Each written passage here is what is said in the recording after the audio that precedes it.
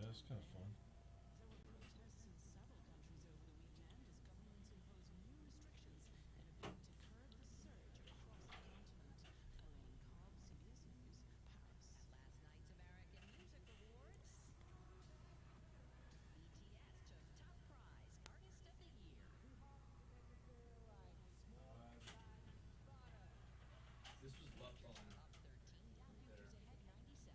Okay. Yeah, I don't really need it.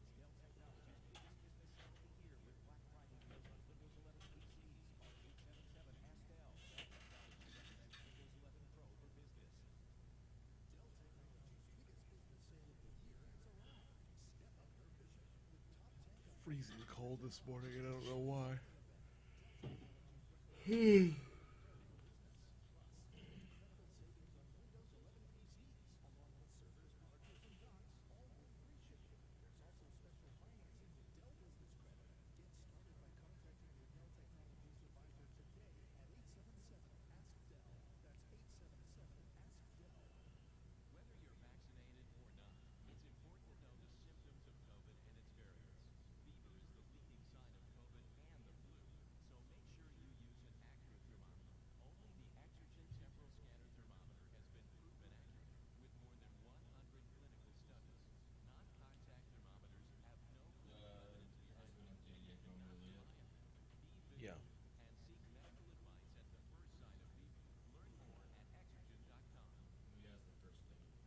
Got it.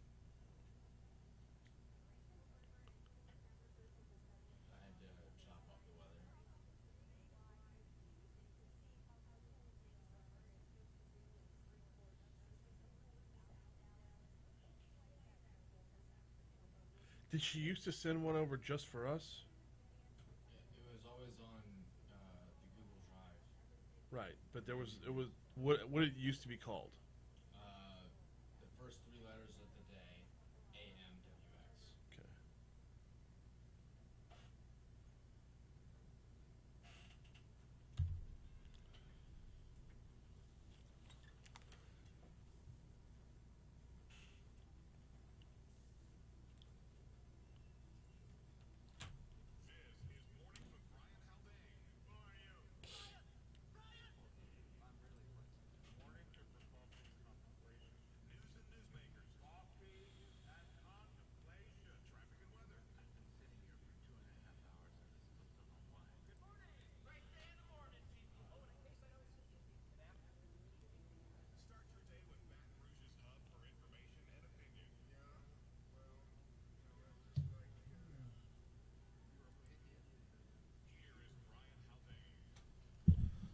.605 Talk 107.3 FM WBRP. Good morning, everybody. Brian here with you. Jake producing. We call it Mornings with Brian Haldane. We are starting your shortened holiday week off this morning. Got a fun rundown for you today. Richard Condon's going to be on board at 6:35. I have no idea what we're talking about. In the 7 o'clock hour, we should have Medical Monday, presented by Our Lady of the Lake at 7:15. We're also talking with Stephen Wagaspak from LABI at 7:35. This is a discussion that I've been looking forward to for some time because while a lot of folks were split over the infrastructure package as to whether or not Louisiana would get enough dollars, seeing more and more aligned of just straight up not liking this ridiculous tax and spend overreach that is Build Back Better. And Stephen Wagaspak is one who is definitely not on board with it. We'll talk with him at 7:35. In our 8 o'clock hour, I need to start the conversation about redistricting. We're going to see it early next year. It's going to be upon us before we know it, a special session about redistricting. So my plan is to have everybody on the committee on the show. And who's on the committee, you might ask? Well, let's see. We've got State Representative John Stefanski, Royce Duplessis. We got anybody local. Valerie Hodges is on there. Barry Ivy. Tanner McGee, he's a regular on the show. Clay Schecksteiner, we speak with him regularly as well. And there's a few more on there as well. I'm not going to read the whole list, but this is going to be a very important conversation for Louisiana, and it's going to start with a special legislative session next February, and I want to get ahead of that. So John Stefanski joins us at 8:15 to talk redistricting. Also, if you missed out on it Friday right after the show, we had Jason Bailey on. He's the author of a new book called Fun City Cinema. It's basically breaking down the quintessential New York movies and how that which we see on film defined the city itself. It was a fun conversation. I'm going to play that back for you at 8:40 this morning. Plus, we'll have top stories and trending, the outside in. We will have this day in history and a whole lot more coming your way throughout the morning this morning. We were in a minute early. We were in a full minute early this morning, and that is because we did not have a traffic report for you. It's a holiday week. It's starting off nice. Looking clean and green on the interstates. Surface streets, I'm not showing any accidents that are that are on the board. So if there's anything going on out there, it is yet to be physically reported. But that's your traffic update, presented by Shawbills and the Shawbills Tire Center.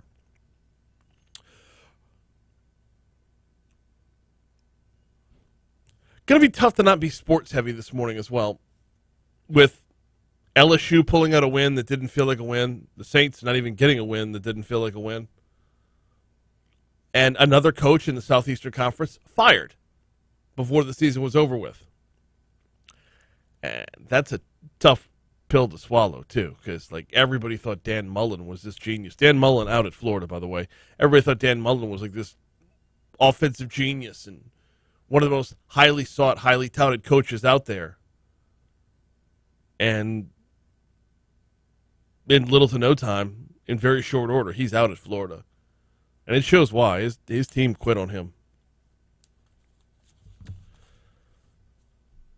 So you got Dan Mullen out at Florida. How does that change the conversation in searching for a replacement for Ed Ogeron? You got Ed Ogeron, one more game to go, possibly two. If the Tigers can beat Texas A&M, they could turn that into 2 games and go to a bowl. You get the concept of, do the Tigers even want to go to a bowl game if it's a crummy bowl game? Which I think is a completely different conversation if you're a 20-year-old, a 21-year-old, than if you're a spoiled sports fan. Because if you're one of the guys who likes to suit up and play the game and has that opportunity, you know you only get so many opportunities to do that. Versus those of us who sit on the side and say, well, do you even want to go to the Liberty Bowl? I mean, it's beneath us. Well, no, if you've got one more game to play and that's your one more game to play, then you're going to go out there and play that one more game.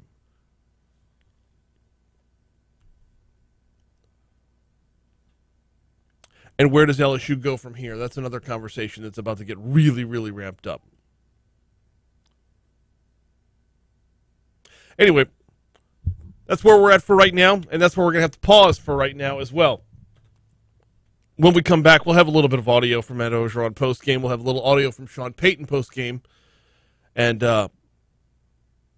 we'll just run down sports in just a little bit. Before we hit our break, though, got to tell you about the folks over at Mooyah Burgers, Fries, and Shakes. They've got 2 locations.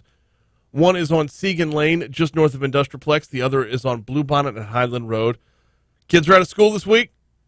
Maybe run them over by Mooyah for lunch. Run them over by Mooyah for lunch and get them a best queso Nerio. This burger is just beyond delectable. You get the queso right there on the burger. You get the onion strings right there on the burger, and it's one of, more than a dozen burgers to choose from when you run it down their menu. Whether you're talking about the indulgent barbecue or the well-done, whether you're talking about the double Diablo, the hamburger dog. Hamburger dog's a real thing, y'all. There's a hamburger on top of the beef patty. So it's hamburger, it's hot dog. It's onion strings as well. The ranch hand is pretty awesome, so is the A Wonderful. Or if you don't find what you like, you can make a burger to your liking at Mooyah Burgers, Fries, and Shakes. Seeking just north of Industriplex or Bluebonnet at Highland for Mooyah. Take 30 seconds to save thousands. Go to LAContractor.org and take 30 seconds to make sure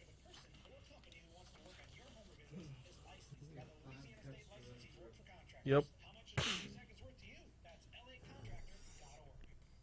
Do you have an idea for an app but have no idea who to call to help you get started? Contact Innovative. Developing a custom app has never been easier or more affordable. Visit novateus.com. That's novateus.com. This is the Only in Louisiana podcast with Michelle Southern. On the Guarantee Podcast Network, powered by Freesonus, exploring the soul and spirit of the Bayou State. Search for Only Louisiana however you listen to podcasts and at Guarantee Pods on Twitter. Because only in Louisiana. DraftKings Sportsbook is coming soon to Louisiana. It won't be long until you can bet on all your favorite sports from the comfort of your own home. To celebrate, DraftKings Sportsbook is giving customers $100 in free bets when you sign up before they go live. No deposit required. DraftKings is bringing their experience as a leader in daily fantasy sports to the sports betting world and have created one of America's top-rated sportsbook app, DraftKings Sportsbook. Download the DraftKings Sportsbook app now and use code LA Sports when you sign up. Those who sign up right now will get $100 in free bets to use once mobile sports betting hits Louisiana. That's code LA Sports to get $100 in free bets instantly. Only at DraftKings Sportsbook. Gambling problem? Call 1-877-770-STOP. 7867. 21 and over. Louisiana only. Availability. I'm still not seeing anything traffic-wise, so we're good to go for now. Sportsbook for full terms and conditions. When you've been in the industry for over 20 years, you learn a few things. For one thing, you learn your product inside and out. But you also learn how to ask the right questions and give satisfying answers. Jim's Firearms. Now, your WBRZ traffic update from Ashley Fouché. See an accident? Reported at WBRZ Traffic on Twitter. Well, if your Monday is off to a frustrating start, you do not need to worry about the drive. So far, so good. You got a lot of green on It's got it. this morning, but be careful around the construction zone by the 10-12 merge to College. Reduce your speed to 50 overnight. Okay. Crews were working. They actually blocked off the left lane by Essen, but if you pass through the area, likely there was no delay. They'll do that again overnight, and they're finish that up for today. Range to the 10-12, 9 minutes, about 6 from O'Neill to the split, and that means coming in from Denham, not a problem. Let's take you outside, check on our camera here with a live look at the bridge. Shot right here, that's going to be moving westbound, no problems. Hopping off at LA 1, clear, 15 minutes between Port Allen and Plaquemine. This report is brought to you by Shawbills, where you can get up to $250 with the purchase of 4 eligible Bridgestone Alinza tires. Visit ShawbillsTire.com to learn more. Hey there, it's Lawrence Larson, host of the Lawrence Larson Show. Your source for honestly provocative talk radio. Weeknights 8 to 11 on Talk 107.3, the new flavor of talk.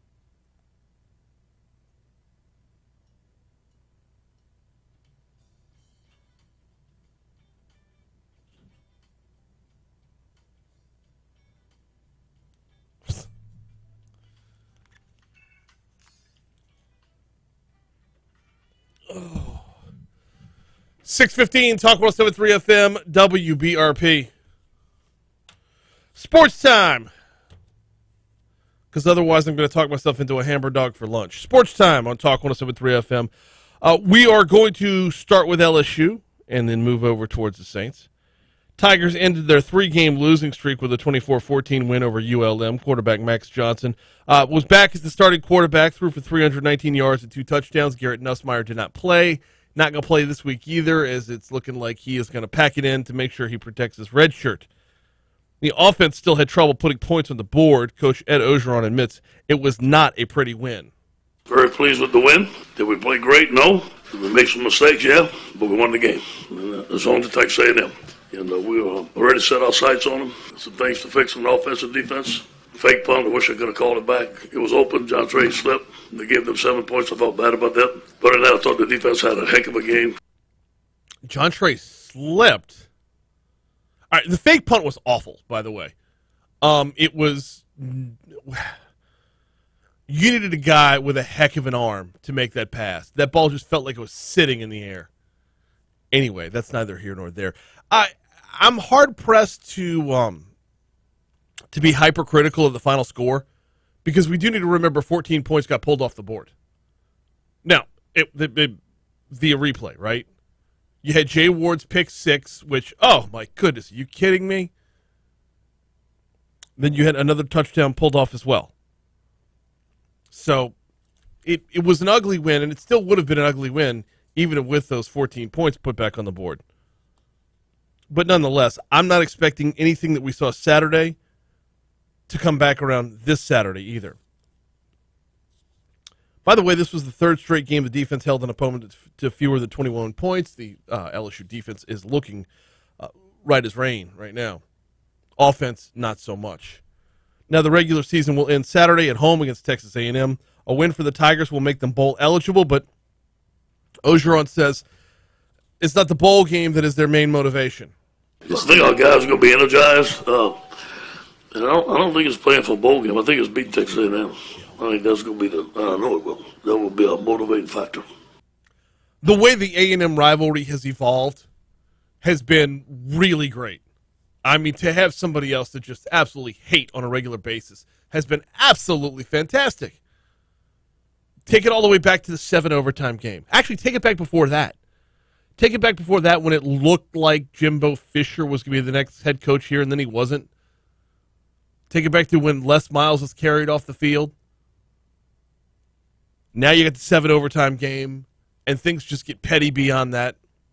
It's fun. It's fun to have teams to dislike. I do expect there to be a lot of motivation by the remaining Tigers that are out there on Saturday against Texas A&M. Kickoff, I believe, is 6 p.m. I could be wrong about that. 6 p.m. in Tiger Stadium Saturday night, which would mean our coverage on Eagle 98.1 would start at 1. You'll catch all the action on Eagle 98.1 this weekend. Hey, Saints were in action as well on Sunday. Not that nice of a result, though. Yes, 6 p.m. is your kickoff time Saturday. Saints took on the Eagles yesterday. They lost their third in a row. We're going to have some audio from Sean Payton postgame coming up after we check the Fox Business Report here in just a minute. It's looking rough for the Saints right now. Not a whole lot of positives out there. Tell you what, we'll break that down next. Let's get you the Fox Business Report. We'll come back. We'll talk a little Saints, then we'll move back to the news side as Congresswoman Julia Letlow has a bill up in front of that was introduced to Congress that we'll talk about. It's coming your way next, right here on Talk 107.3 FM.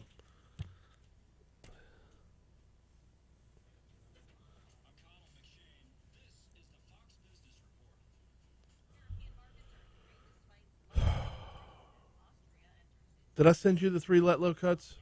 Okay.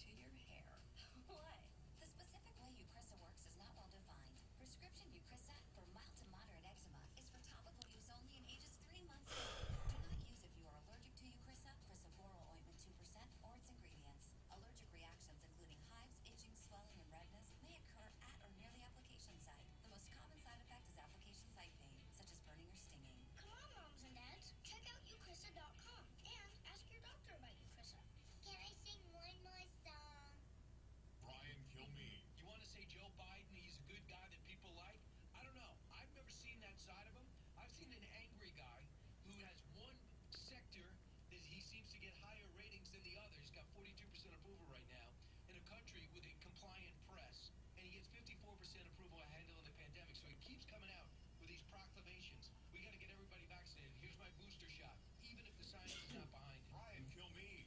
Weekday mornings from 10 to 1 on Talk 107.3, the new flavor of talk. Now, your WBRZ traffic update. Hey, morning, Christy. See an accident reported at WBRZ traffic on Twitter.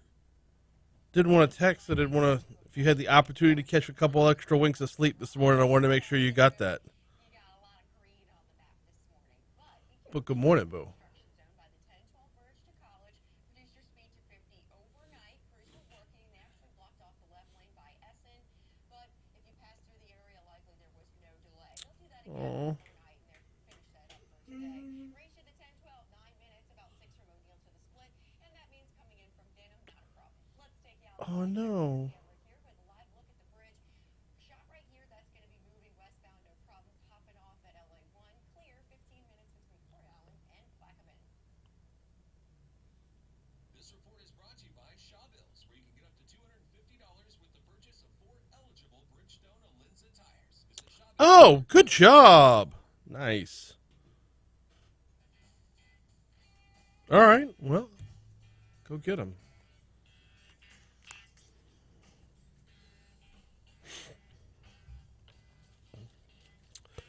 .624 Talk 107.3 FM WBRP. Diving back into a little bit more sports here. Oh man, what a Sunday in the NFL. First of all, I'm thoroughly enjoying the opportunity to swing by Low Bears and place a couple of small wagers. This has been a lot of fun. Yesterday was a hoot. Except for Dak Prescott. That guy can kick rocks. But, yeah. Throw that ticket away. That ticket did not pay off. But God bless Joe Burrow, huh? Cincinnati Bengals -2. That's a winner. Steelers Chargers over. That's a winner. Love it. Saints did not do so well. The Saints have now lost 3 straight. Gave up 242 rushing yards. Turned it over 3 times. Lose their 3rd straight yesterday. Philadelphia just pounded the black and gold 40-29. Saints coach Sean Payton says they didn't do the things needed in order to win in the NFL. Turnovers, those were significant. I thought we struggled defending their running game, obviously, and I thought our return game, we thought we'd have an edge there, and I thought that was just average. So all of us got to do a better job. So weird. I encourage everyone to listen to how that reaction is gauged throughout the day-to-day and compare it to when Ed Ogeron would say the exact same thing. Saints quarterback Trevor Siemian was intercepted twice. Darius Slay returned one of those interceptions, 51 yards for a touchdown right before halftime, giving the Eagles a 20-point lead. Siemian says they just made too many mistakes. I'd be curious to know what the percentage is on 3 turnover teams that turn it over 3 times and win the ball game. I bet it's pretty low. So that's on me. I put our team in a hole early, and it's just too tough to dig yourself out of that. Like I said last week, the margin for error is so small. It is. Siemian and the Saints were missing 4-time Pro Bowl running back Alvin Kamara, and starting tackles Teron Armstead and Ryan Ramczyk are also hurt and missed the game, which, again, compare those two.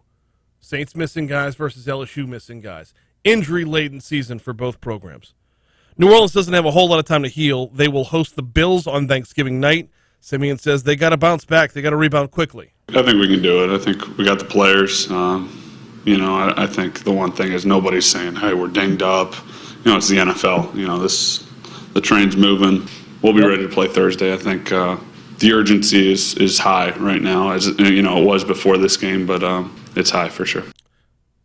Now, as far as the Bills are concerned, they just got clobbered as well on Sunday. They lost 41-15 to the Colts. So, at home, no less. So, yeah, it'll be the Saints and Bills Thursday night. The only good thing the Saints have going for them here is the Bills have to travel for Thanksgiving night. Saints will be at home. Close of the book on sports. Moving back to the news side. Congresswoman Julia Letlow is introducing the Parents' Bill of Rights Act. This is geared towards further opening the line of meaningful dialogue between families and their child's school. Congresswoman Letlow sounding off on the bill she's proposing. Under this bill, parents have the right to review their school's curriculum, their reading materials, and state academic standards. They also will have the right to lawfully engage with their local school boards and educators. Do they not right now? I mean, I understand not having, a full say on getting to pick and choose what books your kids read for book reports and whatnot, but do parents not have the right to speak at school board meetings right now? Letlow says education is not a job parents or schools can do by themselves, and notes that many schools in the nation and in Louisiana are already practicing what's in her bill. That's a good thing. Letlow says the legislation would also bring more transparency to a school's budget and spending as well, including detailed information about revenues and expenditures. Parents will also have the right to protect their child's privacy and to keep their child safe and be updated on any violent activity at school. I like a lot of this. But there's a part of this that's just going to nag at me and keep me from being completely on board. I need to get the Congresswoman on because there are a few questions to be hammered out. Letlow speaks about the reason she finds this legislation important to the educational process as a whole. We believe that education works when it's a true partnership between a family and the learning environment that works best for their child. And parents should have input. They should. They should absolutely have input. I do have a little bit of a problem with where this could go as far as opening a Pandora's box, getting the federal government further involved in local education. Once this runs its way through the U.S. Capitol, where are we at as far as if you're opening this up for, like you said, violence concerns, health concerns, those sorts of things?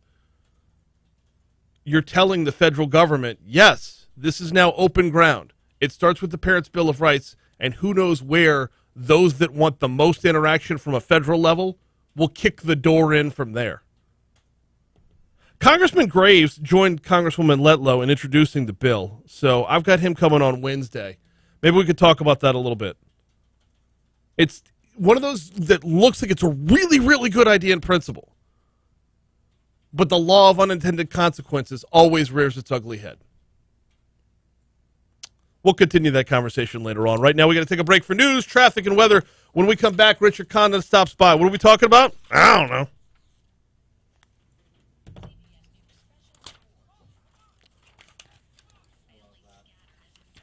What? Yeah, it's fun.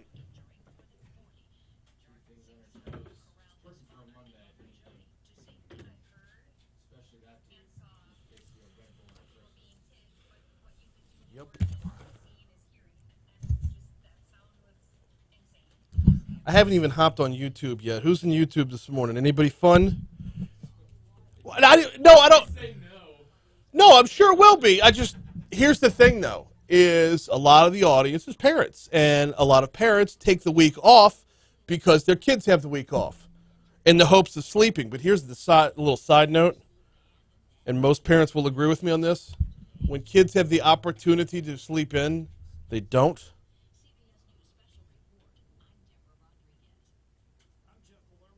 Good morning, Tiffany. Good morning, Renee. Good morning, Eric. Good morning, Troy. Good morning, Clinton. Renee says good morning. Tiffany says good morning. Somebody, here you go. Second comment in, Jake. Exactly what I said. Somebody want to tell me why the child that refuses to get up on a school day is awake at 6 a.m. on what could be my day off. Beautiful. See, I can kind of relate to that. When I was younger, even on Saturdays, I was used to waking up at like 5:30, 6 in the morning. I was first up for Saturday you'd cartoons. Fight it Monday through Friday. Oh, of course, because I don't want to get up. But for some reason, Saturday morning, Saturday cartoons, I'm first up. Yeah. Let me go run down the hall real quick. I'll be right back.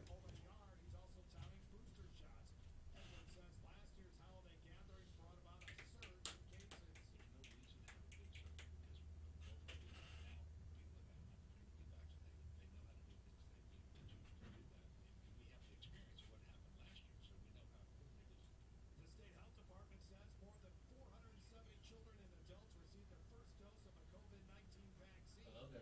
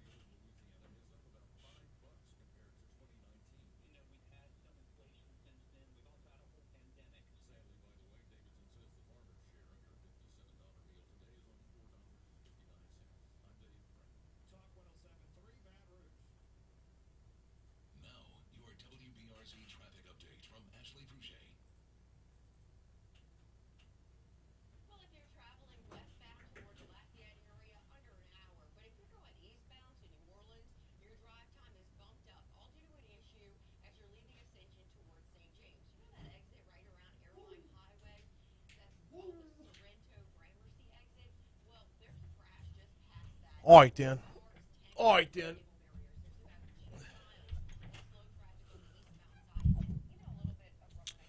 Eric says, Tiffany, my little girl's the same way. It's all of us, y'all. Okay, who's starving themselves this week until Thursday, and who's headed to Mooyah? You know what? One trip to Mooyah this week. That's all you need. Just one. Tiffany says, we have the right to review all of it. You go to school and request a copy of lesson plans. Yes, you have the right to review all of it, but they're not there to take your suggestions, and I don't think they ever will be.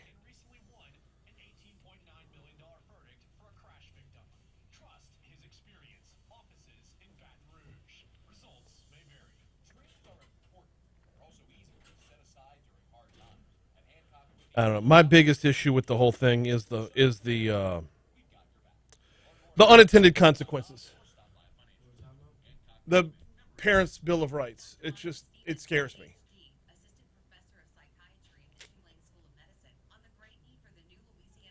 Of course, I don't have to worry about it because I don't send my kids to public school.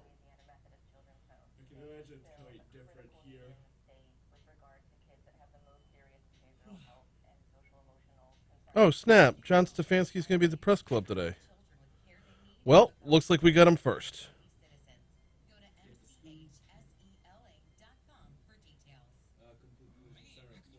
Yep. I'm going to do it at 52. I'm going to get every minute I can out of Richard. That's what I need you to do, yes. Well, no, I will do them when I'm supposed to do them, but just when they're coming up. Oh, no, Rich. Good morning. All over me, man. Thanksgiving week. Coach, that looks good. That is a hamburger and hot dog on the same bun. What do you mean? Were you not listening like 10 minutes ago?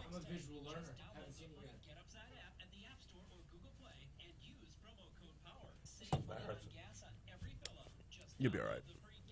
Is it one of those dry fit type of materials? Oh, yeah, it's just the fact that... That'll be gone in like 10 minutes. Is that cold over there? Yeah? Yeah. Oh.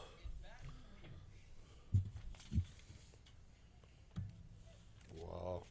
Funny, big. Whoop. Hey, you been over to Low Bears yet to place any bets on sports? Coach, don't ask me about that. I've made a commitment never to go there again. Really? Yeah. We went there about a month ago. Just on a Saturday afternoon because that's when I like going when nobody's there, Sue and I. Yeah. So anyway, I just got a flush in 3-card poker, so it doesn't pay enough. It's all right. So about 20 minutes later, they came back and they said they paid me too much on the flush and took $15. You told me this story. I said, Yeah. I'm done. Okay. They ain't pulling that crap at Harris. No. It ain't like they gave me an extra $1,200. $15. Said I'm done. I'll go to Harris. Well, what? I need a 107.3 shirt. You want one? 637 Talk 107.3 FM WBRP. Every Monday we bring in Richard Condon. Strolls on down the hallway from Eagle 98.1. It's okay, big. To get our week started off right. This morning, a little bit of an issue going on here. What do we got? Yes, I accidentally spilled a whole cup of coffee and most of it landed on me, but it's okay. All right. Good. Did it burn? Do you ever decorate your house? Because I remember moving you into your house, and he's got a beautiful house. Your house is awesome. Thank you. Your house is where, like, John Foles, your house should be on his next book. You think? That's how kind of nice it is, yeah. You should be like Buddy Hall. Okay. What? Deck the halls. That's what you should be like. Like Brian Haldane has the perfect house where people come pulling the kids in a wagon and driving a car. You like Al Copeland when he was alive. You are. So Al Copeland was like every Christmas for us. We would go visit his house every single Christmas, sometimes twice. You talking about the Christmas decorations? Yeah, sure. Yeah, we do it up for Christmas. Hey, B, you know what I'm hoping? What's up? I'm hoping it doesn't happen for the first time since 1999. What's that? When the Saints don't make the playoffs and LSU doesn't go to a bowl game. Now, before this season, if I would have told you that, better than that, if I would have told you LSU would go 10-11, 10 and 11 after winning a national title, what would you have said? I would have said it would take something monumental like a worldwide pandemic for that to happen. It's amazing, man. It's crazy. It's crazy. You know what else is crazy, though? Is the Saints are on a 3-game losing streak right now. And why that hadn't is happened since 16? Yeah, I know.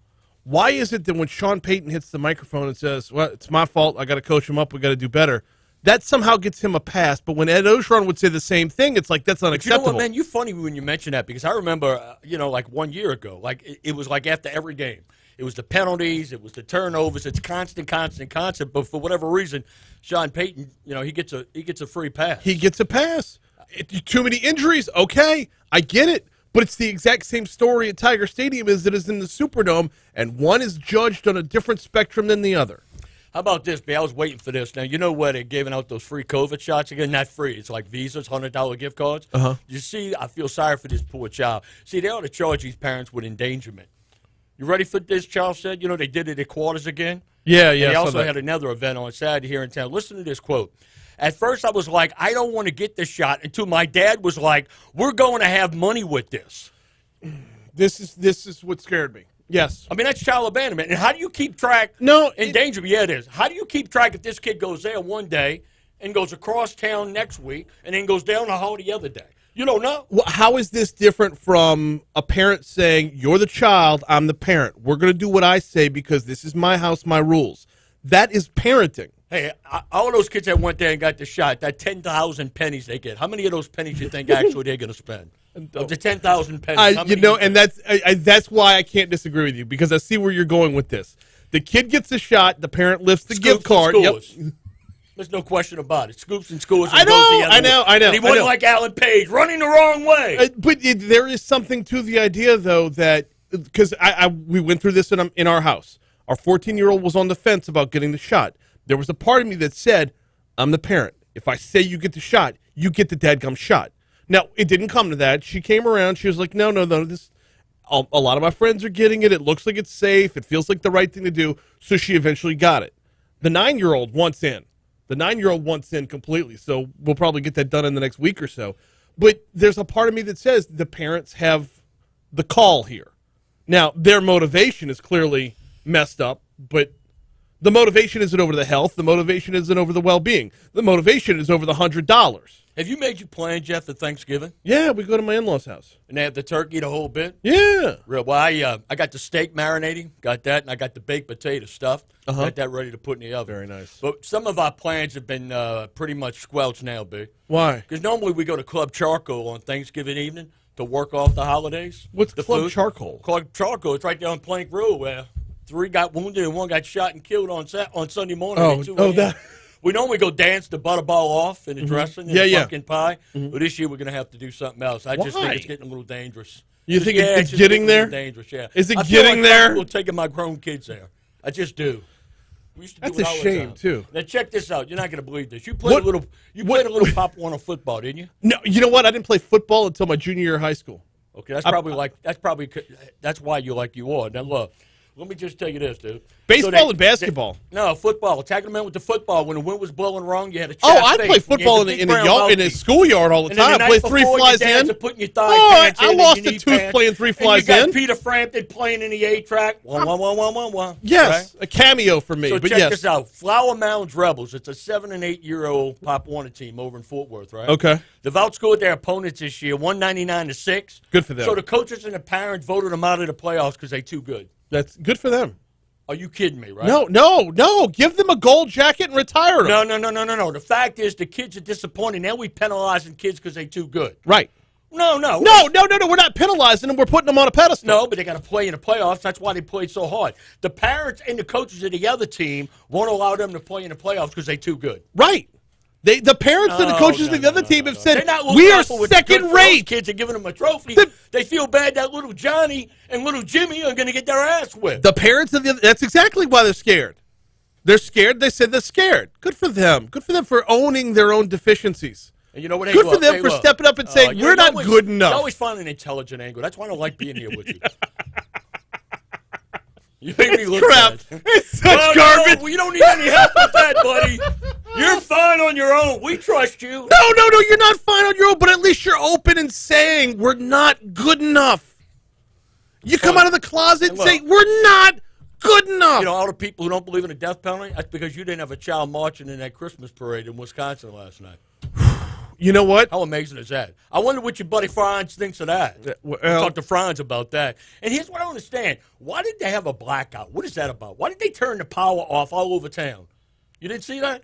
I saw a blackout in Ascension Parish. You talking about up there? In Wisconsin. Oh, I don't know. Where the accident happened. Yeah. Once they turn, and then they got a guy, but they're not saying he's a person of interest. He's a person of interest. Was he behind the wheel or was he not? Like, I don't. Person of interest is garbage in this case. Everybody imagine that, Brian, man. Hug your kids. Hug people you care about.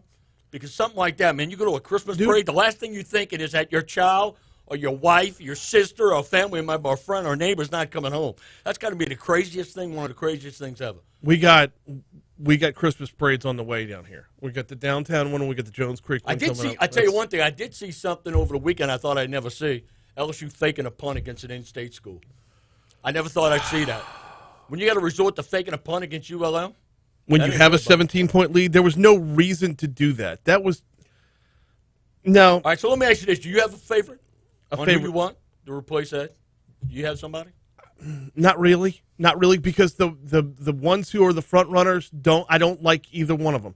I don't. There's nothing about me that wants Jimbo Fisher. I agree with that. And I'm not a big Raleigh guy either. Neither am I. He just got his butt handed to him by Dave Aranda week before last. But what about Mel Tucker? Mel Tucker was such a talk of the town. You saw what happened to them, or didn't happen to them against Ohio State. I mean, and this is the problem. Now, his name is starting to come up a lot, and then you got Dave Aranda. I guess if I had to, based on what's going around in social media, I'd have to go with Dave Aranda. I love Dave Aranda. If Dave Aranda were a bigger name in this, I'm going to tell you this because somebody told me, but it's one of those things you're too young to remember. When Charlie McClendon was on his way out in '79, there was a rumor going all over Baton Rouge that Eric Parsegian was building a house on Highland Road. Now that was the story back then. You know what the latest one is? Dave Aranda's children are already enrolled for the fall semester in Baton Rouge. That's a rumor. I'm just telling you, that's the kind of stuff that comes around when everybody's trying to beat somebody else on who the next coach is going to be. I love this time of year or this time of this season of just the absolute craziness that surrounds it. The tracking flights out of I know I said BTR. this a bunch of times, but let me tell you something, all right? If turkey was so good, McDonald's would have a McTurkey and not a McRib. Think about that. And let me tell you this. When's the last time somebody on death row wanted a couple of slices of dark meat? Never happened. And when's the last time Christy told you on your anniversary or her birthday, I want some turkey, and I want you to reach in the garbage disposal and pull that stuff out and make it into a cute-looking igloo like dressing? Forget that. It's never going to happen. The worst stuff in the world. It's never going to happen. You know what? Hey, how many times you heard a guy say, that's not because you hadn't had my turkey yet? That in jambalaya. Well, yes, waiting for the jambalaya. It's brown rice and sausage, Frank. I'm good. He's Richard Condon from Condon Uncensored. Hey, real quick, happy Thanksgiving to everybody. God bless you and your family. As to you, Rich. Happy Thanksgiving. We're going to take a quick break. When we come back, well, actually, you know what? We're going to take a quick break. We'll check your money now and then check traffic. And then coming right back at it on Talk 173. We're going to talk a little more about vaccinations on the back end of the break. So, also, coming up next hour, Medical Monday. I believe Medical Monday. And Stephen Waggus back from LABI. That's all coming your way right here on Talk 107.3 FM, the new flavor of talk. All right, B. Thanks, brother. Thank you, Rich. Oh, God, so right, though. Kind of light last night. I'm going. No, that was all over the place. It was so good. It was just kind of, it wasn't really any one, you know. Okay, I don't want Billy Napier. Because that's like asking your little brother to win a fight for you. Well, not only that, but look, all the money that LSU got from the money people to help buy out, I don't care how much potential Napier has. LSU's to the point where you can't bring a guy in from Lafayette. Look, and I know Matt said he turned down this job before and all that. That's all fine and good. But 3 national titles, man, it's not a good look. Well, who's the guy that went from Houston to Texas and he's already been fired? Oh, yeah. What was that guy's name? The one. Like, I don't. Howard was it? It was someone. Herman, Tom Herman. Napier's Tom Herman.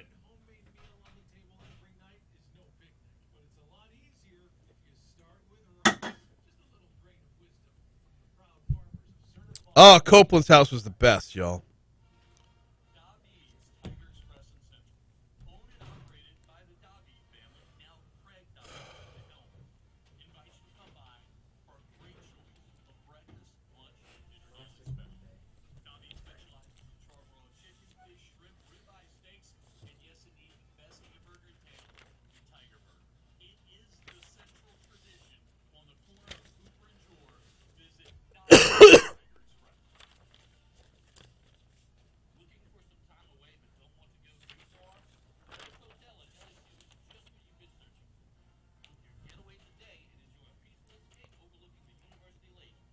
Thank you, Colton.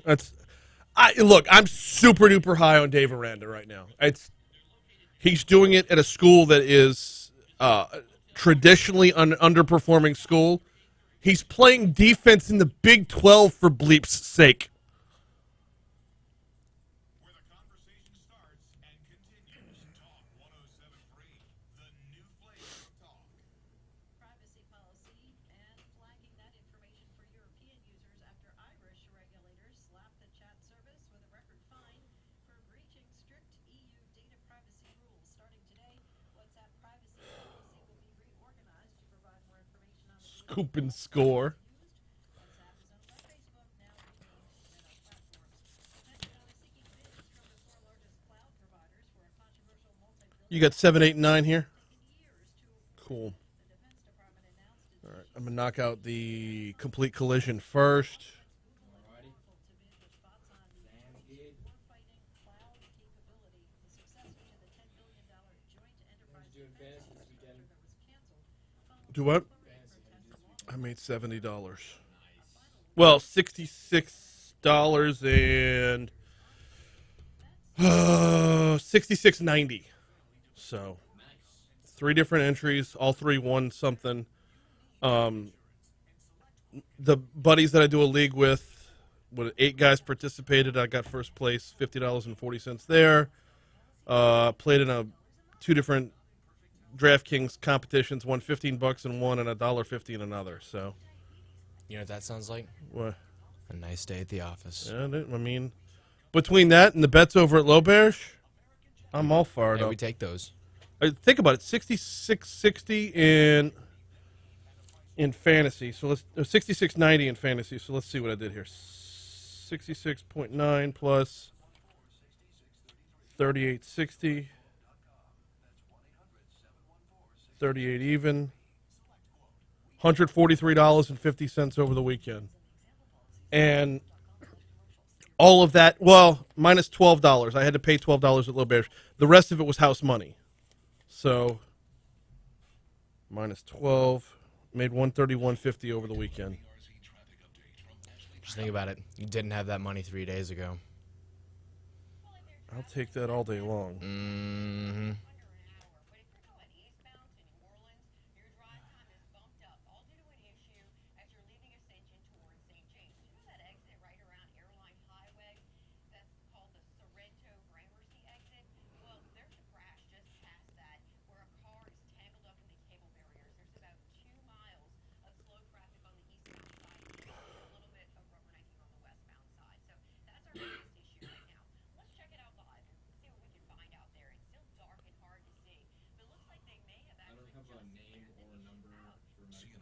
Neither do I. WBRZ traffic on Twitter. This report is brought to you by Shawbills, where you can get up to $250 with the purchase of 4 eligible Bridgestone Alinza tires. Visit ShawbillsTire.com to learn more.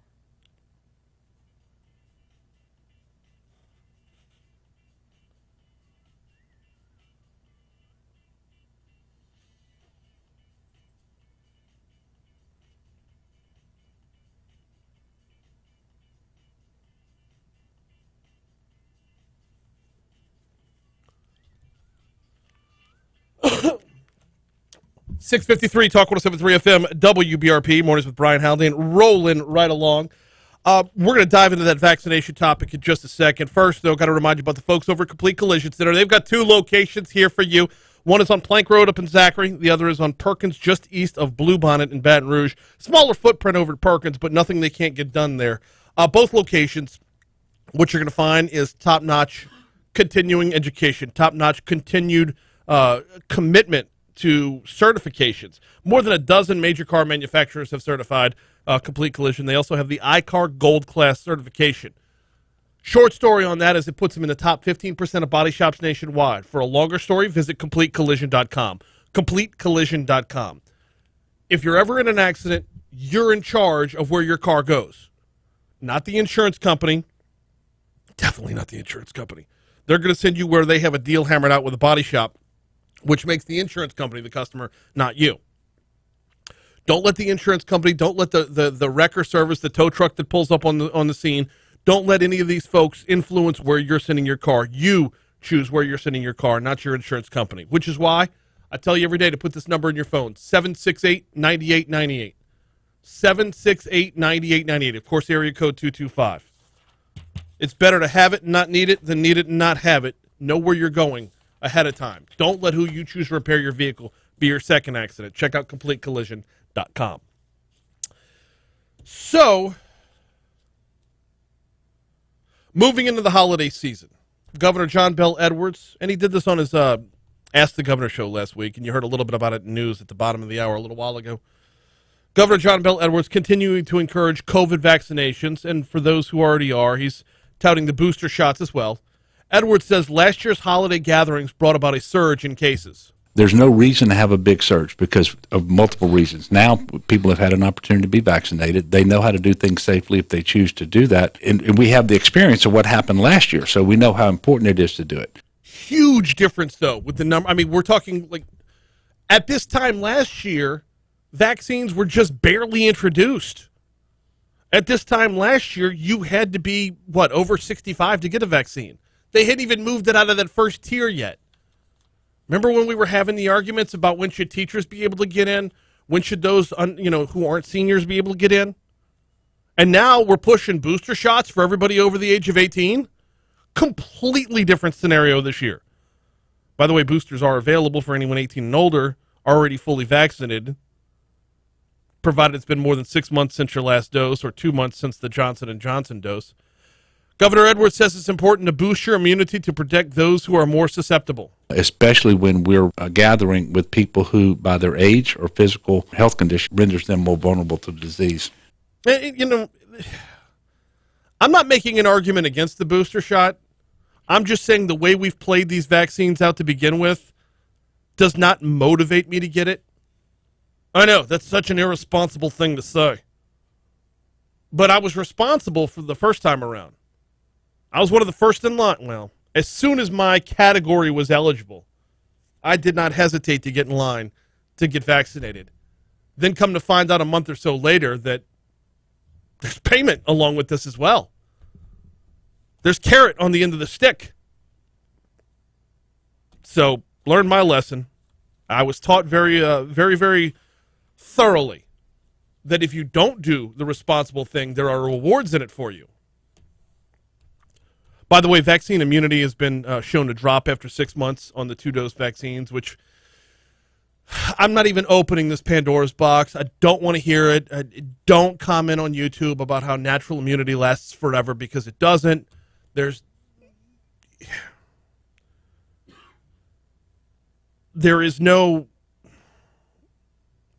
still in a learning process when it comes to all the immunities and whatnot, whether it be from the vaccine, whether it be from the mRNA, whether it be from having had COVID.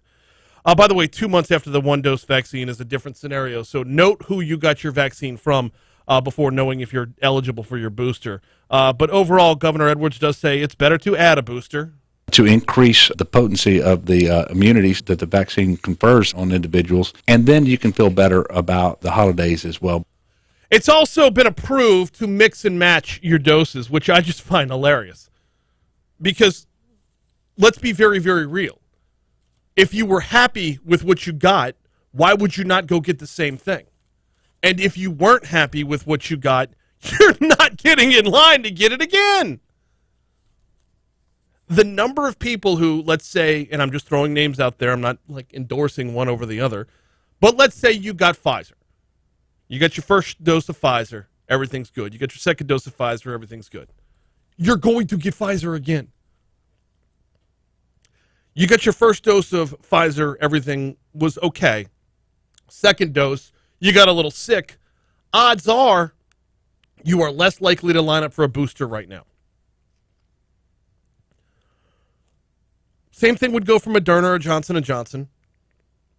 If you had ill effects from the vaccine itself, you're more likely to think that all vaccines are going to cause ill effects, not one versus the other. But it's available. Maybe there's some folks that believe, hey, I want the cocktail of all of them because I can get, a different kind of immunity. Maybe it'll be like being like hitting up a buffet. Give me some Moderna. Give me some of that Johnson & Johnson as well. Hey, Thanksgiving's this week. You know, same thing. It's like getting stuffing and dressing. Those are the same thing. Anyway, here comes news. Your retirement. The Presley Group time, 7 o'clock. WBRP Baker Baton Rouge, 98.1 HD3, Talk 107.3 FM. I think the equivalent of getting all the vaccines at the same time, the equivalent of that is eating the entire bottle of Flintstone gummies from your mom's medicine cabinet. Do we have a segment?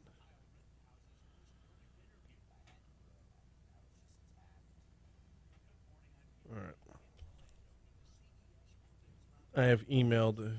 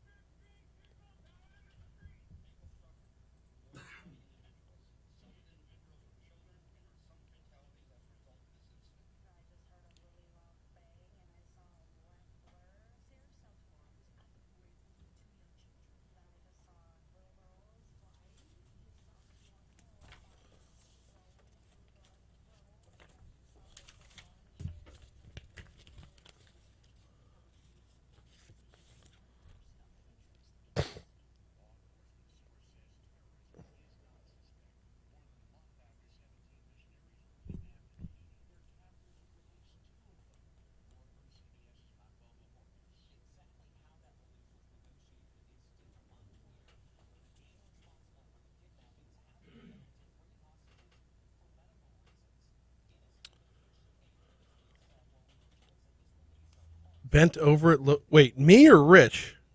I went over to L'Auberge. The bet's over. Oh, gotcha. Yes. So the backstory is, a week ago yesterday, Christy and I were at a wine tasting event at L'Auberge, and I'm like, well, if I'm going to be here, I'm going to place an actual sports wager for legally. I know that's poorly worded.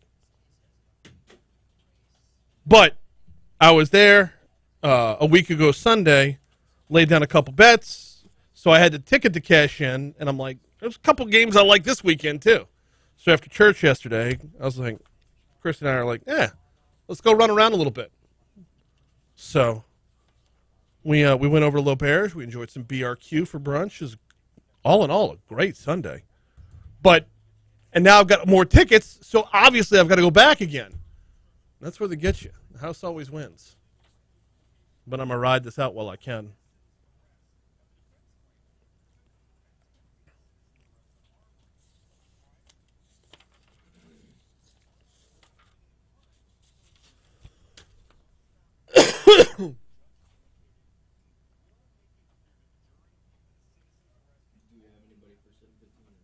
I emailed. They haven't emailed back yet. I don't expect them to either.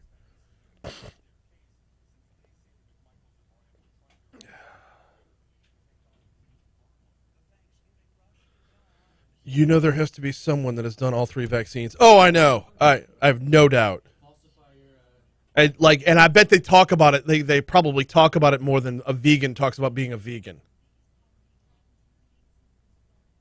Mixing doses creates a small but real increase in immunity. What? I need to see First the of all, source why of would that. anybody know that? Secondly, if you take your Pfizer and then you got to wait 6 months before your booster, don't you have to wait another 6 months before your next booster? So physically, timeline-wise, we shouldn't be able to know that.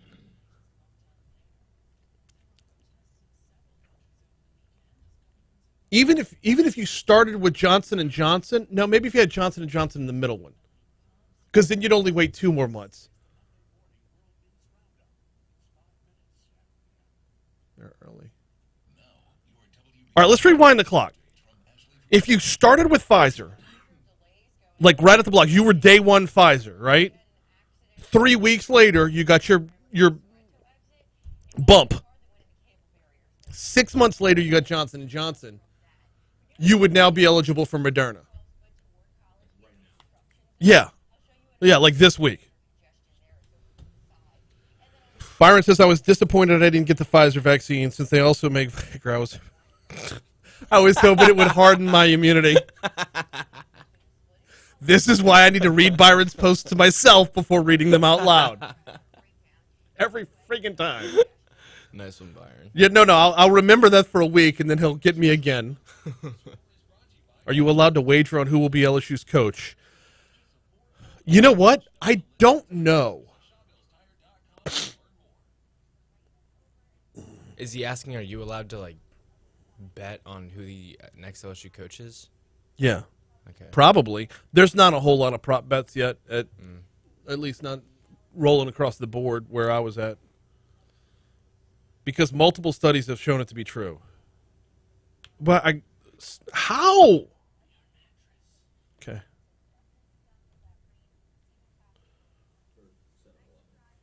Yeah. Oh.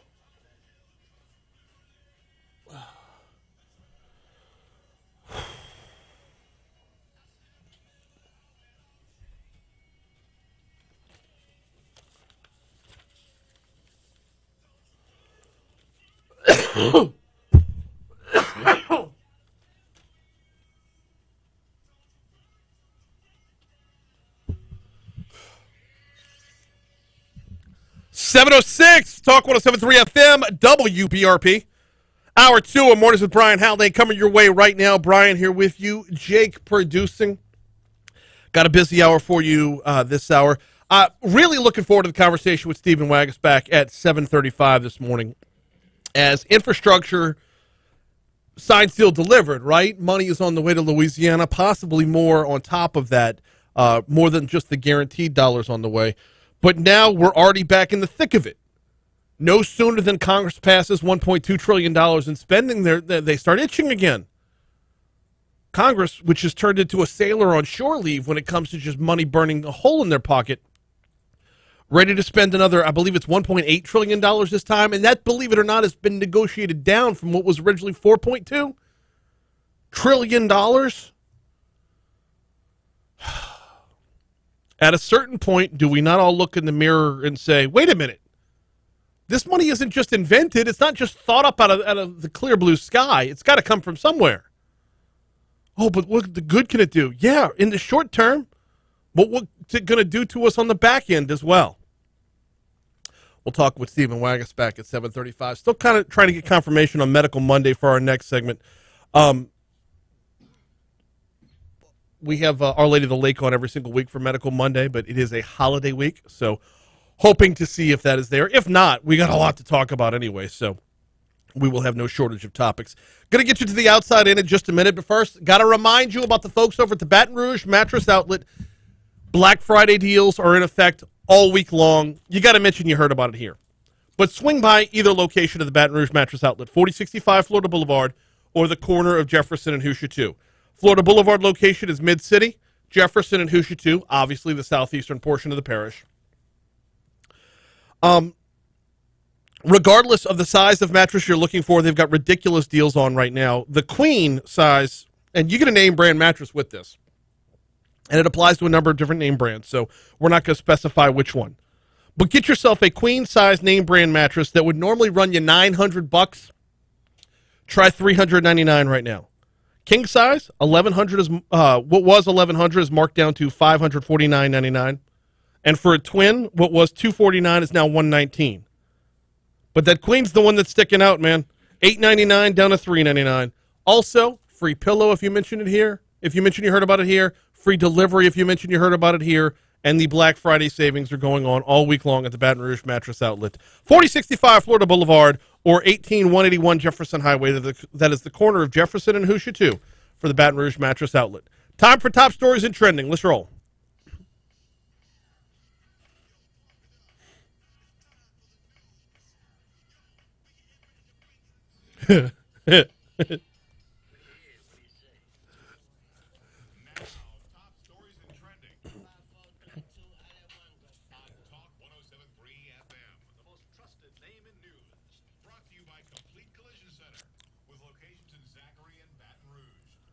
let who you choose to repair your vehicle be your second accident.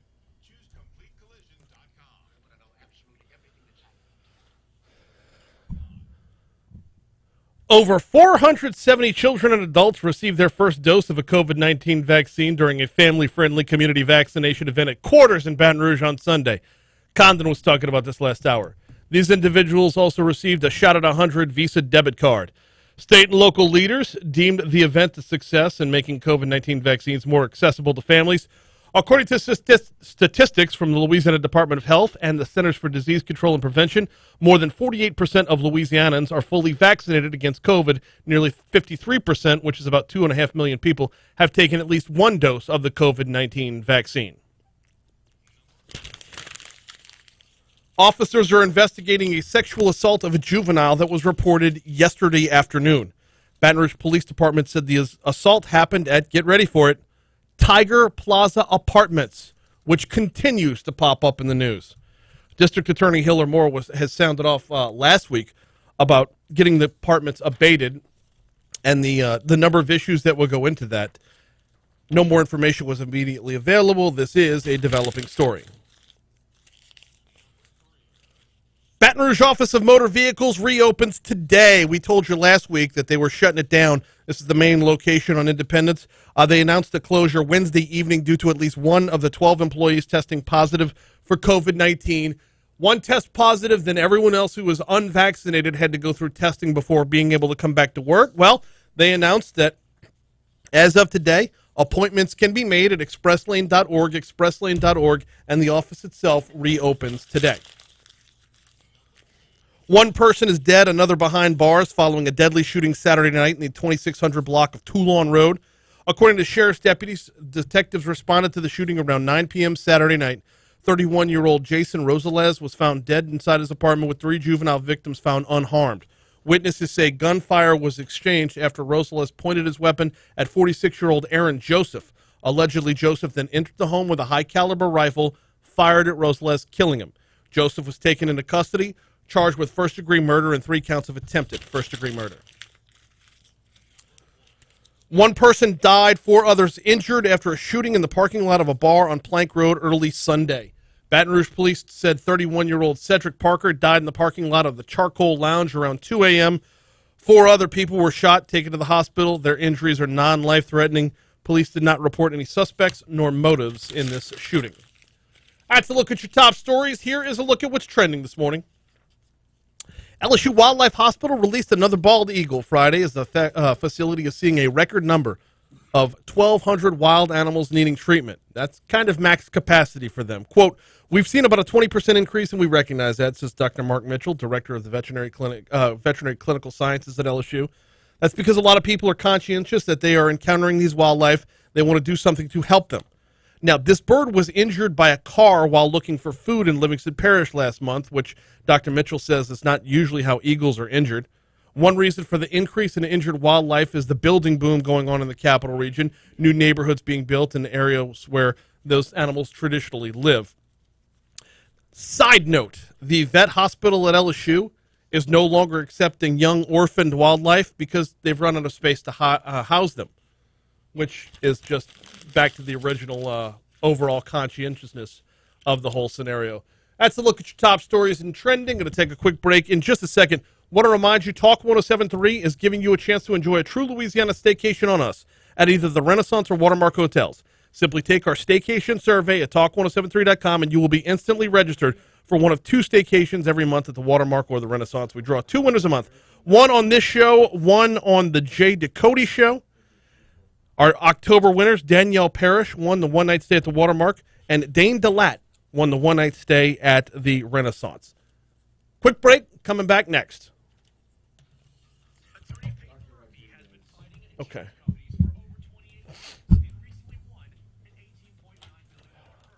Hey, Dr. Rodriguez? Doing well. How are you this morning? Excellent. I did not get an email or anything with confirmation for this week, so glad to have you on here. Let's run through a couple of quick things while we're going to say. What's your first name?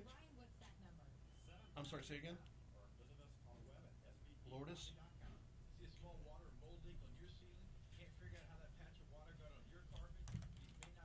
And what are we talking about today? Super stressful and expensive problems that you don't want to deal with. Call Advanticlean before it's too late.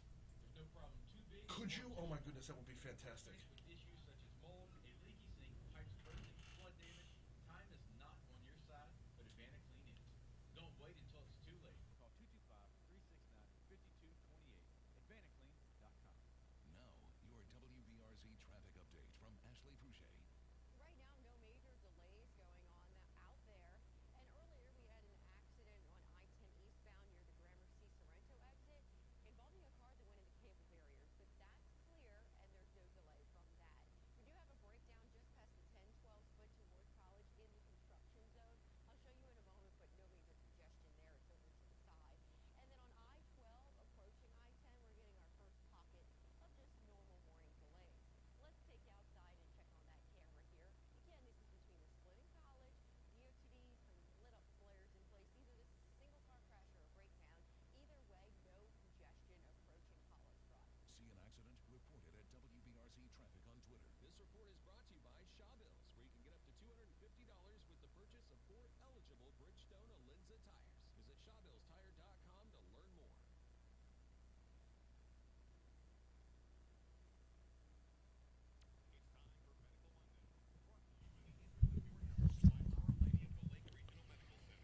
Yes, it is time for Medical Monday, and we kick this Thanksgiving week off with that segment of Medical Monday. Dr. Lourdes Rodriguez from Our Lady of the Lake joins us now. We're talking diabetes this morning. Dr. Rodriguez, good morning. Welcome to Talk 107.3. How are you? Hi, good morning, Brian. How are you doing? I am very well. Glad to have you on this morning. Glad to be talking about this because this is a problem that has been prevalent in Louisiana, especially for a long, long time, and it doesn't seem to be going away. Let's talk about the prevalence first. Just how prevalent is diabetes in Louisiana? So diabetes is very prevalent in Louisiana. It's a disease that it has multiple organs affected. It doesn't help the delicious food that we definitely encounter here, but it's a very prevalent problem. It's one that you run the risk from a number of different angles. One of which is your family line, your bloodlines, your history, and whatnot. For those who have a history of diabetes in their family, what should they be doing ahead of time, whether they're diagnosed or not? Absolutely. That is a great question, and it's the mainstay for preventing and treating diabetes once it's diagnosed. The biggest thing is a well-balanced diet. We try to focus on what we call a Mediterranean diet. The main meals are comprised by non-starchy vegetables, lean meat, and it's generally indicated for everyone with diabetes, disregarding if they have a family history or not, if they have what we call type 1 or type 2 diabetes. That's okay. We'll get back on the prevention stuff in just a minute. I want to talk about the difference between type 1 and type 2 diabetes, if we could, because that is another area where if you're kind of on the outside looking in, and full disclosure, I have a family history as well. So when you're on the outside looking in, you've not been diagnosed with diabetes, these are the kind of things you take interest in. What is the difference between type 1 and type 2? Of course, and there are, I want to let everybody know, there's more than just 2 types, but these are the most common types. So type 1 diabetes is basically persons that in many cases do not have a family history. Mm-hmm. They make little or no insulin, so their treatment will require insulin replacement. These type of diabetes happens at some point in your life when your body creates immune proteins that attack the organ that produces insulin. Now, on the other hand, people with type 2 diabetes, this is more those patients that have a family history. They are predisposed to have diabetes, and they may or may not make insulin, but more often the problem is that their body doesn't respond to this hormone, so many medications that are not insulin can be used. So the ones who are type 2, where they're more family prone, I would assume the same diet recommendations would come down. What else should they be? What should they be on the lookout for to know if it's in their future? Of course. So the fact that they have a family history, that is a very, very big risk for developing diabetes. So whenever the weight is starting to be outside of what is supposed to be ideal for their height, for their age, there are also symptoms that can present in patients that do not have diabetes and eventually develop diabetes. For example, patients can have intense thirst, they can develop fatigue, feeling tired all the time, frequent urination. Actually, patients can have significant weight loss and blurred vision in the initial stages of diabetes. Many times it can also be asymptomatic. That's why so many patients are undiagnosed for many years. Thirst, fatigue, weight loss, blurred vision, or they could just simply be asymptomatic. What should you do to start down the path? If I mean, just obviously go to the doctor, but are there things you could do within your own lifestyle that can help curb this once it's off and running? Yes, of course. So besides the weight, which is a whole topic that certainly your physician and can instruct you how to follow, a healthy lifestyle also includes exercise. And I always tell my patients, exercise does not mean having to join a gym. It means being active. We recommend 30 minutes of cardiovascular activity. This just means activity that will make your heart beat a little bit faster, that will make you tired, that will be challenging. We don't have to run a marathon. We can start 15 minutes a day, 3 to 4 times a week, gradually increasing the goal. What we recommend is at least 30 minutes 5 times a week. What about testing at home? Kind of just keeping an eye on things before seeing a doctor, because just keeping a monitor of your blood sugar level and that sort of thing. What should folks be doing to make sure they're staying ahead of the curve testing-wise? So, to be honest, we do not routinely recommend patients to test at home. We do recommend seeing a physician at least once a year. And this usually, as long as we are able to meet all of the parameters, exercise, keeping a healthy weight, checking your cholesterol, your doctor should be able to check if you're at a high risk, maybe see them, and they should be able to tell you to see them maybe twice a year to check tests. And it's more a blood work that we get as opposed to home monitoring. Now, once a patient is diagnosed with diabetes, certainly we need to be making sure to check sugars at least 2 to 3 times daily, depending on the severity of the disease. And even in patients, there is a label called pre-diabetes. So your body is not responding very well to your own insulin, and the sugar may be on the higher side, but not diagnosed as diabetes.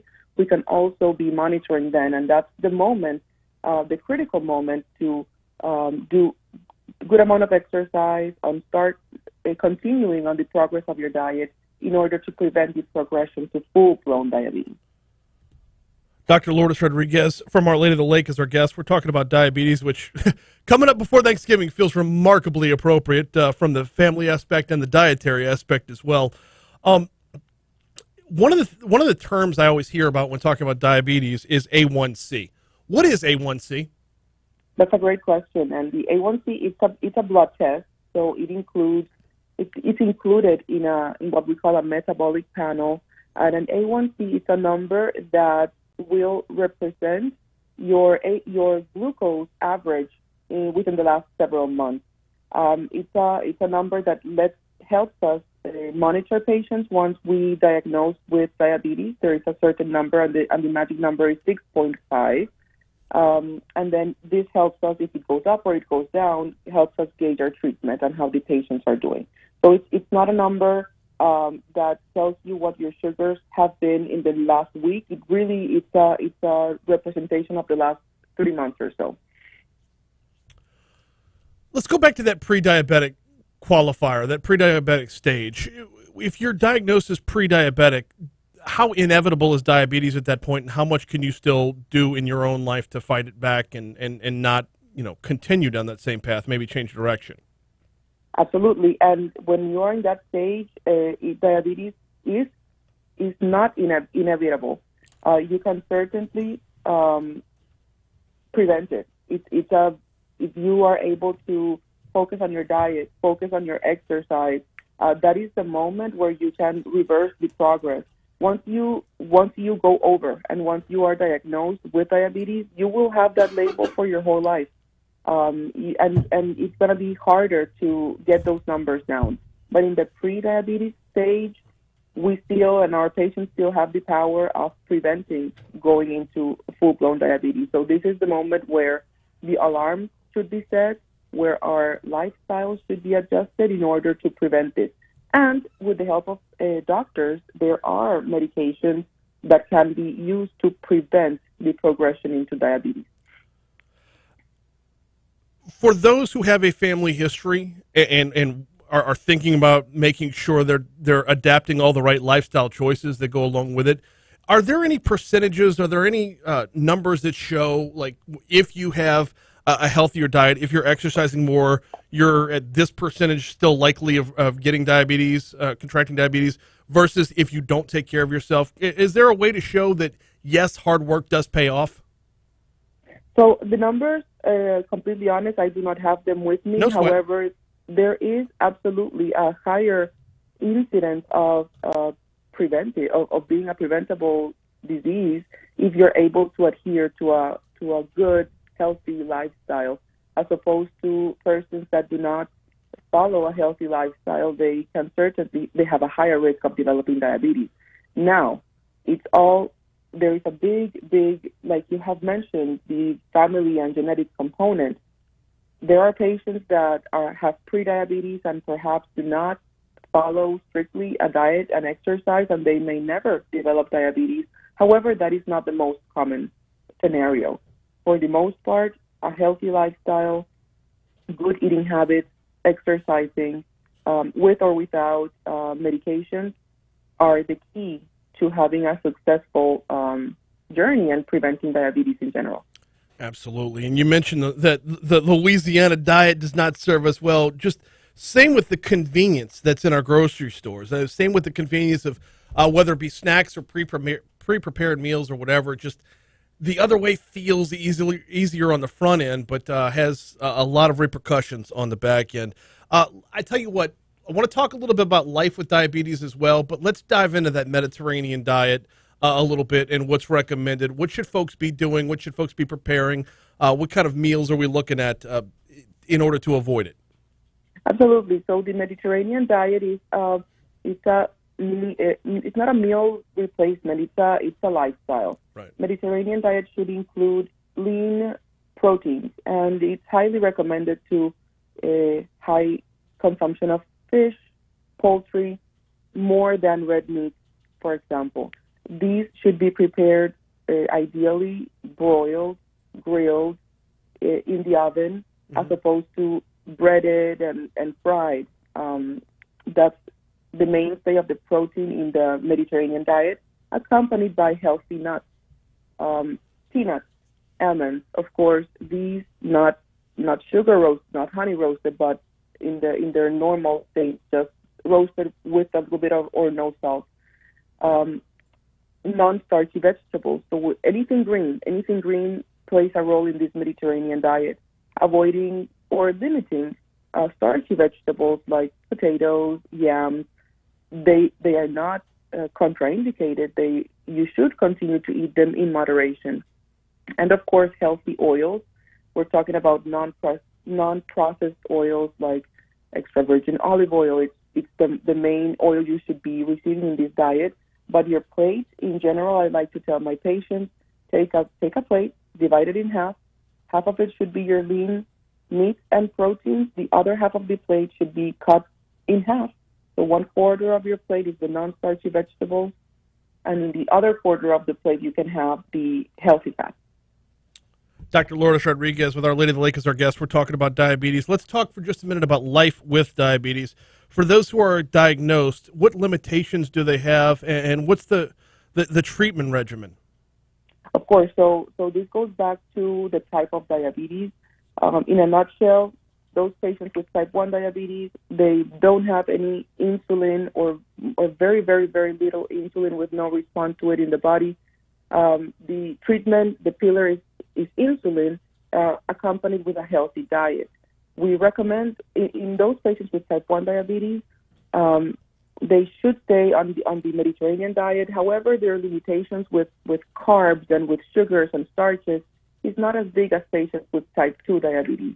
In type 2 diabetes, patients tend to they may have insulin, but their body has developed a resistance to insulin, usually because they are overweight, they are obese, they have an excess distribution of fat in their body. So their treatment focus is a little bit different. We focus on diet and exercise to try to bring those numbers down weight-wise, and we accompany the treatment of diet and exercise with medications that may or may not include insulin. Most patients that have type 2 diabetes, they may have some insulin still in their body, and by losing the weight, they are able to not ever need insulin, and they may need medications that are injectables or pills to help with their diabetes. Overall, we do recommend exercise to everybody. This not only is healthy for your cardiovascular system, but it also, believe it or not, it helps your insulin work better in your body. All great information and a great way to start the Thanksgiving week off. Dr. Lourdes Rodriguez, thank you so much for the time this morning. You're very welcome. It's a pleasure, and it's actually Diabetes Awareness Month, so this couldn't have been a better timing.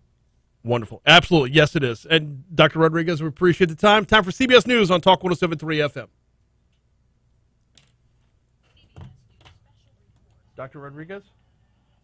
Hey, No.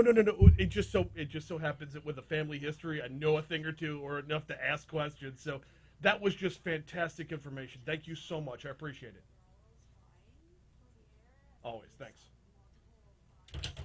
Okay, Lourdes is spelled Lourdes. Oh, I found her on the internet. Okay, good.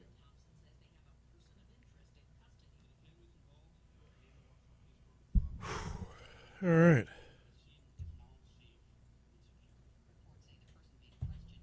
Diabetes.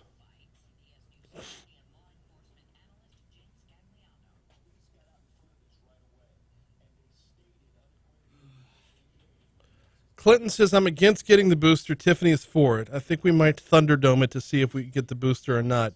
Well, I've got to tell you, my money's not on you there, Clinton. Yeah. I mean, the argument against it is, and I'm in that boat, but the argument against it is cheap and petty. I mean, I have no other argument, because obviously I've already opened that Pandora's box by being in favor of the vaccine to begin with. I want to protect myself. Well, don't you want to continue to protect yourself? Yeah, of course I do, but what are we talking here? We're talking every 6 months now? Twice a year we got to get the booster?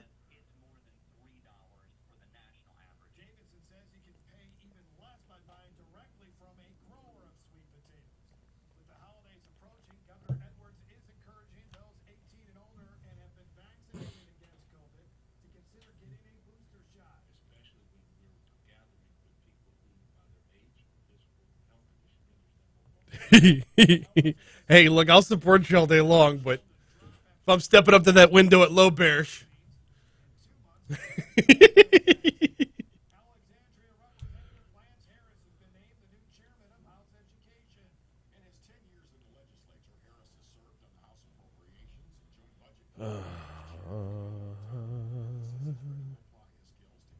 Yes.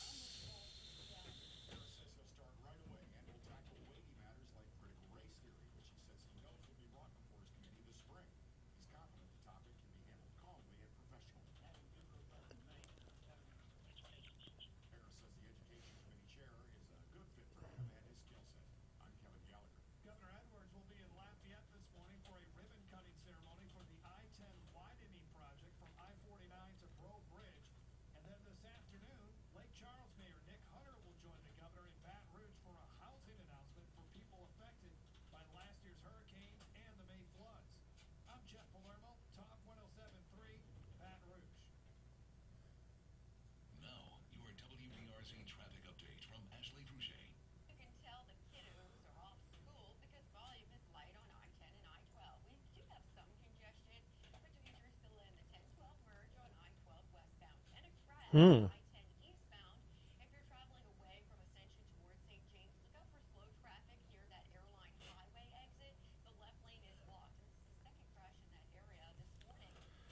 All right.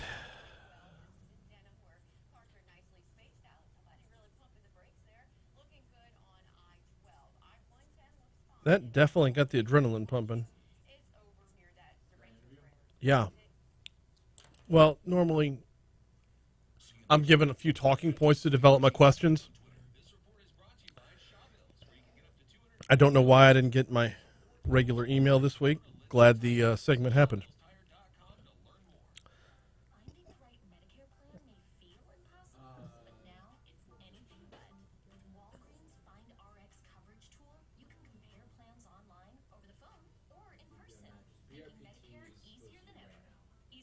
Okay.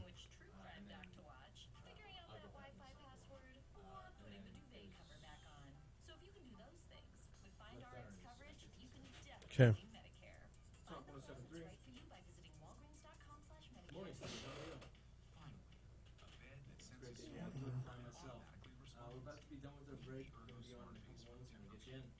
Our first system detects smoke, then automatically adjusts by raising the bed.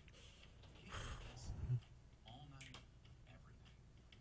Now, save up to $500 on select adjustable mattress sets during the Tempur-Pedic Black Friday event. Get full offer details at Tempur. Who are these people? Breaking down the news with the newsmakers. Talk 107.3, the new flavor of talk. Bringing you the news you can use with Brian Kilmeade and common sense for your dollars and cents with Dave Ramsey. Talk 107.3, the new flavor of talk.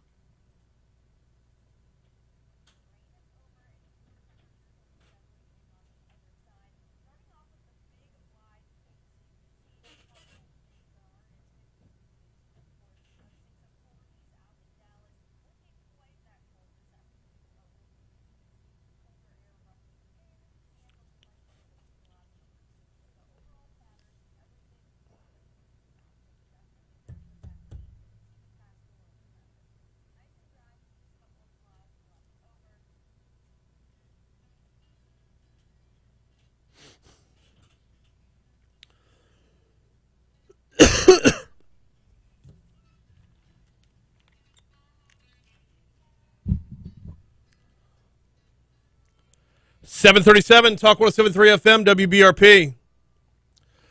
Hour 2 of Mornings with Brian Haldane continues right now. Time to talk a little business. Time to welcome in Stephen Wagas back. He's the president of the Louisiana Association of Business and Industry. He joins us every week, and that happens now. Stephen, good morning. Happy Thanksgiving week. How are you, sir?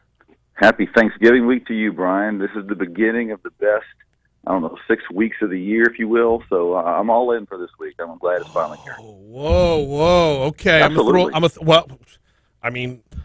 would start on 12th night and count it down to Mardi Gras Day for my best 6 weeks. Can I throw that in as a possibility? But when you wrap in the whole, kind of close out the year, so, everything starts to wind down a little bit. The kids are starting to get done with finals in school, and so they're starting to have more time to hang out with you. And so, I think this is the time of year where you can really close the year right, focused on your family, on traditions, on holidays a little bit. So you can kind of close the year off with a good mindset. The Mardi Gras thing is kind of cool because you get back into the new year, it feels like you got a lot to do, and you start working. A few weeks in, Louisiana says, hang on, why don't you take a week or two and celebrate one more time before we get out of this? And that's what's cool about that. But this is the close the year right portion of the year, and that's why I like it so much.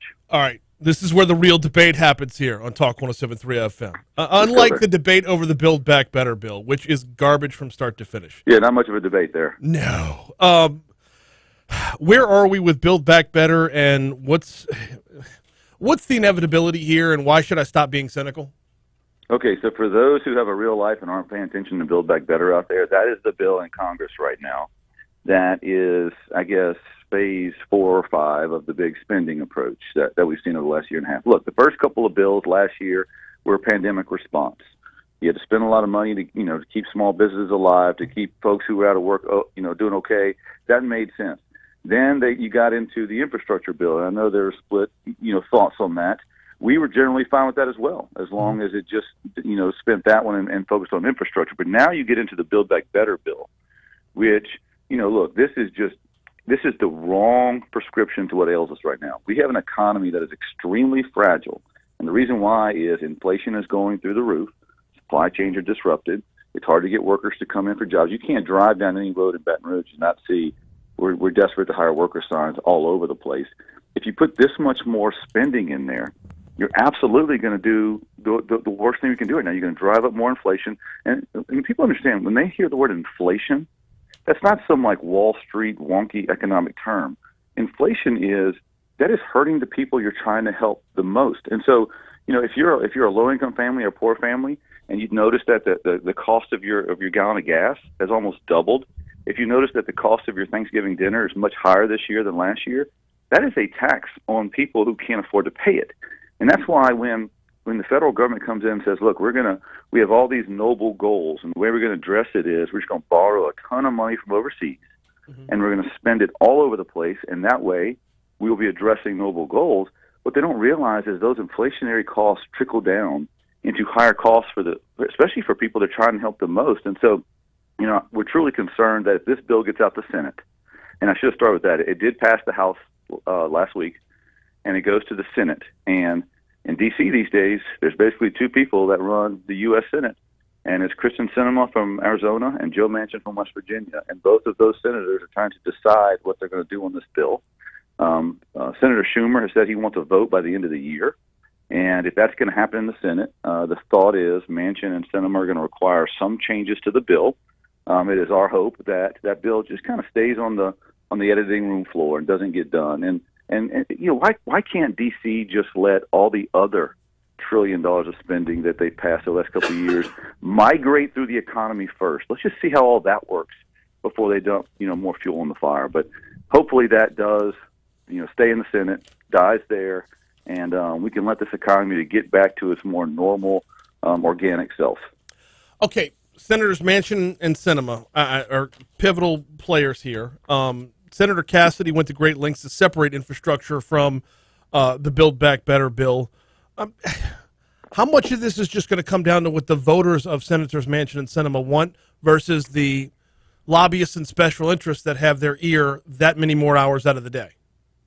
Look, the whole thing has been kind of an exercise in everyone holding their cards close to their vest. Mm-hmm. Senator Manchin and Senator Sinema have said, look, they have concerns, but they haven't said exactly what it takes to address those concerns. What it looks like to me, and this is just my own dime store analysis, so take it for what it's worth. What it looks like to me is those are two senators that really don't want to vote for this bill. They just don't. And they're trying to figure out whether they can justify doing that, and they're putting together some type of process so that when they finally do say no, they say, okay, look, we tried, we did this and this and this and this. But at the end of the day, I think Senator Manchin knows that, he comes from a state like West Virginia, similar to Louisiana. You need natural resources to make that state economy hum, just like we do. And, right now, there's lots of things in that bill. There's a huge tax on natural gas right there. So that's gonna hurt energy producing states in that bill. And he knows not only does that hurt his economy, but it also hurts the people. They have a high poverty rate in West Virginia. You start raising energy prices so high that the average working family can't afford to fill their car up. That not just is bad for his people, it's also bad for his electoral prospects going forward. So I think he's a guy that doesn't want to vote for it, and he's just kind of doing Lucy in the football right now, trying to create different processes and things to do so that he can one day say, all right, I'm done. I'm voting no. I hope so, because as this continues to play out, it feels like there's just a want to spend on top of spending, and the pandemic has played into this as well, and that kind of got the ball rolling. But I made a reference last week to Barry Bonds the first time he got a steroid shot. You would have to imagine he wanted that second shot even more. And look, I want to make clear there's some noble goals in all of this. One of this is pre-K for 3 and 4 year olds. Look, the state has been debating this for years that we got to do a better job of that. I think there's merit to a discussion on how we kind of reach kids earlier, especially low-income kids, because we're seeing them drop out in high school, and that's not helping anyone. But it's easy to forget the federal government last year passed a bill that sent, $4 billion down to the state to use for education programs without any strings attached. So right now the state, if you read the paper today, Bessie and the department are fighting over how to spend $4 billion right now that they're not sure how to spend. So instead of dumping more dollars on it, which is going to drive inflation, why don't the feds just pass a bill that says, okay, remember that money we gave you last year that you don't know what to do with? Right. Now we're going to give you instructions, and we want you to spend it on early education. We want you to spend on something else. If they're redirecting existing dollars, I don't think anyone has a problem with that. It's the fact that you're throwing, more money on top of old money that states right now don't know what to do with. And that's the inflation-driving approach that's really kind of hurting the American economy. Well, Stephen Wagasback from LABI is our guest. And, Stephen, this is where I start to get triggered, because if you want to pass something about early education, pass something about early education. Correct. Don't make it part of some kind of giant snowball rolling down the hill. And that's what we're seeing, is the giant snowball rolling down the hill. I'd be hard-pressed to find a handful of people who are not in favor of early childhood education. But when you couple it in with everything else and you say that because you won't vote for X, Y, and Z dollars, you're against early childhood education, that's where we all start to get angry. That's where we all start to dig our heels in. And that's, it's like thumbs in the ears and just going, la, la, la, I can't hear you. It's not a healthy place for us to be as a nation. Yeah, 100% agree. And look, we've gotten smarter. Just to get on the education rant for a second, I think we as a society have gotten smarter on what's needed to fix education. And we're kind of, years and years from now, we're going to look back from this era as a transition era. And this is kind of the ending days of the one-room schoolhouse era into a new market. And I think at some point, what the feds and the state are going to have to do and say, okay, look, we're putting billions in education every single year, and we're putting them into these old existing programs, hoping that it trickles down to providing better schools for poor people stuck in poor schools, okay? It's not really working. We can't spend that much. And so what should happen is we should have more of an approach where all these dollars are given as almost like a scholarship or a voucher, so that a family with low means can have the resources to make the best decision possible. Brian, that's what you or I do. If we don't like the school our kids are in, we put them in a different school, and we figure it out, and we make it work, and we find someone to do carpool with, and you make it work. If you are a low-income person working 2 jobs, and you don't have a reliable car, and you're stuck in a failing school because the state has drawn a district that you're stuck in, that person has no choice. And so if you're giving them a pre-K program, hey, that's great, but you're still funneling them into a school that doesn't meet their needs, and they don't have the mobility that their other community peers have. So if we're going to spend all this money on education, why don't we give these families the same flexibility that other families have? I mean, that's the right approach. I mean, right now we have an a la carte world where you can get whatever you want on your phone. When it comes to educating your child, we still use these legacy government programs to do it. And I think at some point we have to start giving these families the same mobility and options that we allow other families to have if we truly want to see the needle move on educational outcomes, especially for low-income families. And that's going to open up such a Pandora's box for so much more sure conversation. We're already hanging out in Pandora's box. I don't know if you've noticed or not. This is what Pandora's box looks like. Oh, no. I'm saying from the end of, I work 3 jobs to cover that tab, and it's the best money I'll ever spend. And so, why wouldn't I want someone to help lighten that load just a little bit? But just a little bit, though. I mean, this is, working to create a better lives for your children ought to be a mindset, ought to be, it's what a man does. It ought to be the way we should be. I'm triggered already, Stephen. Well, I'm not trying to trigger you. It's Thanksgiving week. I think actually this should be a week of giving thanks and think about the glass half full approach. But hey, look, whatever it takes. And celebrating Small Business Saturday after Thanksgiving as well. So you got Black Friday, then Small Business Saturday. That kind of opens the door for that conversation. What are we looking for this Saturday? This weekend, this Saturday is Small Business Saturday. So everyone needs to think about this. So, when it gets to this time of year, you start thinking, oh, shoot, I haven't done anything for Christmas yet. I got to start, getting some things together. And then you start thinking about the supply chain, so you got to get moving fast, right? Mm-hmm. Your initial instinct is to go to your keyboard and type in Amazon.com. Don't do that. Don't do that. Instead, don't forget that there's so many small businesses in Louisiana that have been fighting their tail off for the last year and a half to stay alive. They deserve your business. And so if you're looking this week, yes, Small Business Saturday, but any day this holiday season, go to a local small business. They're probably located on little streets all in your towns all across the state, but also they're online. You can go online and find all kind of small businesses in Louisiana, and you can order from there. They're all competing online also. So if you're looking for that convenience of a delivery to your front porch, you can still go to a Louisiana small business without going through Amazon. And look, my wife has a small business, and she sells online, and it's a very, very good program. But she works her tail off, and I've seen through her eyes how hard it is for a small business to stay afloat in this economy. I don't think people realize how tough it's been for those guys. And so I want to really reiterate, this Saturday, Small Business Saturday, but every day this week, this holiday season should be treated like Small Business Saturday. If you can, visit a Louisiana small business. You won't regret it. You'll keep those guys open. And, oh, by the way, you'll get a pretty good product in return that'll be a good gift you can give to your family. Pretty good product and irreplaceable service. I mean, there's no replacing local service as well. Amazon, you're going to get a ticket number and something, on your front porch, sure, but when you do it locally, you have recourse after the fact as well. We've got less than a minute to go. Stephen Wagesback from LABI is our guest. Stephen, what are your top 3 go-tos on Thanksgiving Day? Well, look, I love the holiday, but I don't really love the food of the holiday, okay? Turkey doesn't do much for me. Stuffing, I'm not sure is a real dish. And green beans, I think, is one of my least favorite vegetables. But when it's all on the same plate, and I'm looking across the table with my family, and we're holding hands saying a prayer before we go, and I can hear football playing in the other room, and I can feel that nap coming in a couple hours. When it all comes together, that's the best day there is to eat turkey, so I'll give it that. But look, we're hosting Thanksgiving at our house this year. I got all my extended family coming over, and we're going to be cooking out. We will not be serving turkey. I'll be cooking beef, but it'll be the same concept.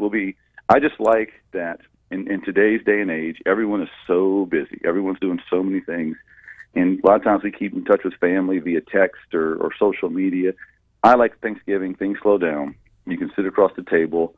You can actually have a conversation. You can laugh. You can tell jokes and all that stuff. And I think we don't do that enough these days. So Thanksgiving is kind of the kickoff of a family 6 weeks that I really like. And again, going back to my original point when it started, I like this time of year because the world slows down.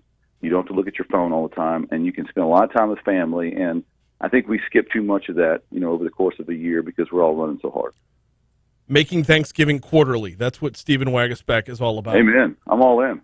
And getting away from turkey. There's going to be a day where we just up and say, you know what, we're done with this bird. It was overrated to begin with. He is Stephen Wagesback from LABI. We always appreciate the time. Have a happy Thanksgiving, brother. All right, man. Gobble, gobble, gobble. Have a good one. Later. We are due up for a break. When we come back, we get the outside in coming your way next. We came up 2 topics short. I had 2 more things to cover with him, and we didn't get to it. Build back better, you stupid, just writing checks. It's not what we're here to do. Maybe come up and breathe once in a while. Have we spent enough? No, get back down there.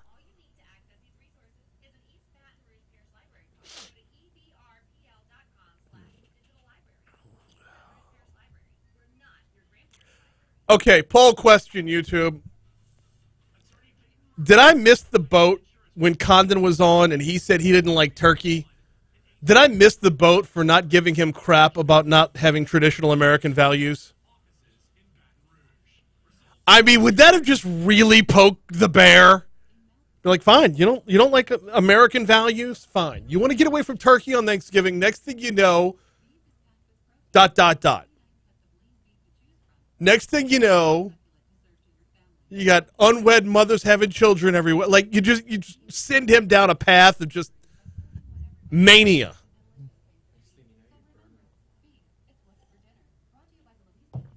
Oh. Yeah, he would lose his biscuits.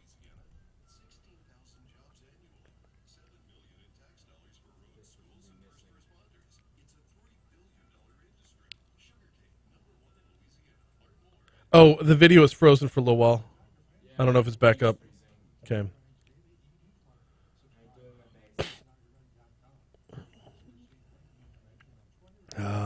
Video feed is definitely frozen. Audio is good. Well, I'm not much to look at anyway. Plus, I'm wearing a Fat Brian shirt today because they're all pretty much Fat Brian shirts at this point.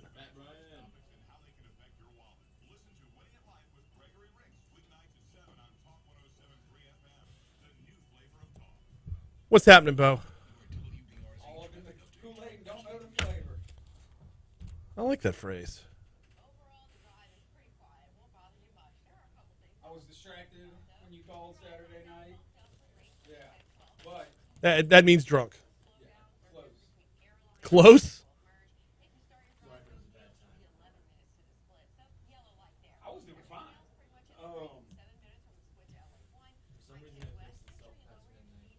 So test when you first got there? I believe you. It's part of the troubleshooting. I did a speed test as well. Need to get some pink in that wardrobe and get ready for next October. Absolutely. Figure if I buy, well, I'd probably have to buy 3 things a month, wouldn't I? I'm not doing that. It literally was saying not enough video. What? How does that even change? That's why I worry about doing it for Facebook at the same time. Exactly. The viewership's like a quarter. 755 Talk 107.3 FM WBRP. Got CBS News coming your way shortly. Thanks again to Dr. Rodriguez for hopping on board for Medical Monday, and thanks again to Stephen Wagasback for, pardon the pun, setting the table this Thanksgiving week for the Build Back Better bill. Boo. We've got no boo. We've got the outside in coming your way in just a minute. Every day, the folks over at Baton Rouge Physical Therapy bring you the outside in. They are no stranger to the Baton Rouge area. Been around for roughly 60 years, and they've got 6 locations throughout the greater Baton Rouge area. You'll find them in Ascension, you will find them in Livingston, and you will find them in EBR. Want to find the location closest to you? Call 917-9185. Of course, area code 225, 917-9185. Look, normally when we think of physical therapy, we think of recovering from a major accident or injury. This can be about those minor injuries, those nagging pains that you're dealing with on a day-to-day basis. They'll sit you down, listen to your story, make sure they're able to get to the root of your physical limitations or mobility issues and get you on a path to long-term healing. But you got to give them a call at 917-9185 or visit brptlake.com. Get back to being your best you with brptlake.com. Time for the outside in.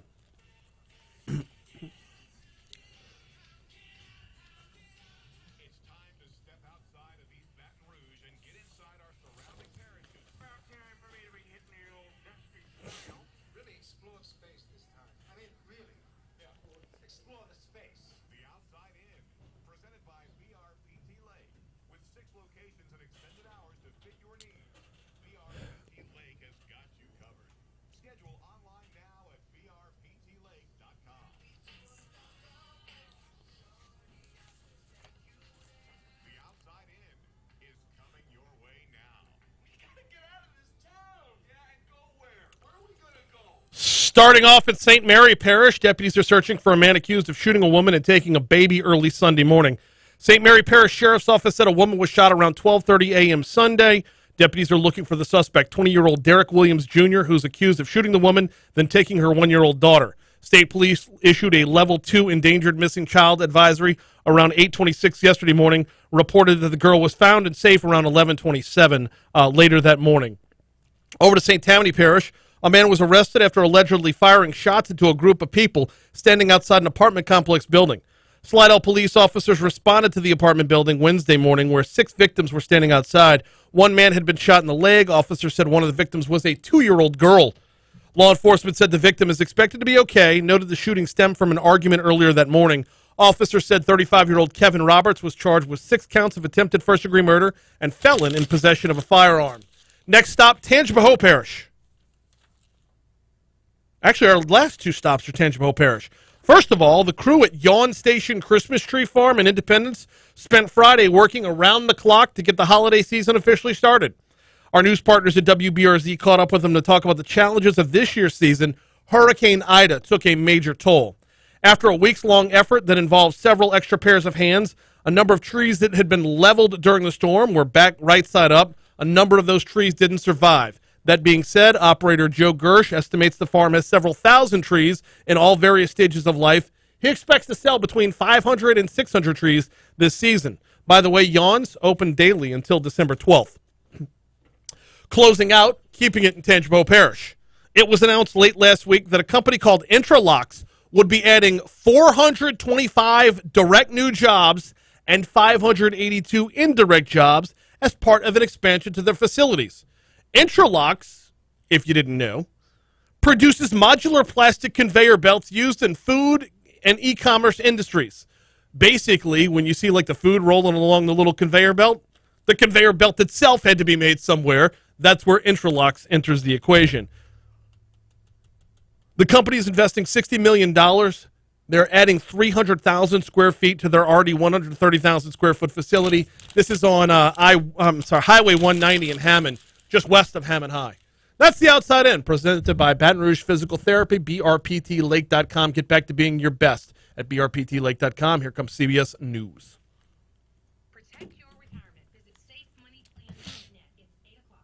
Oh!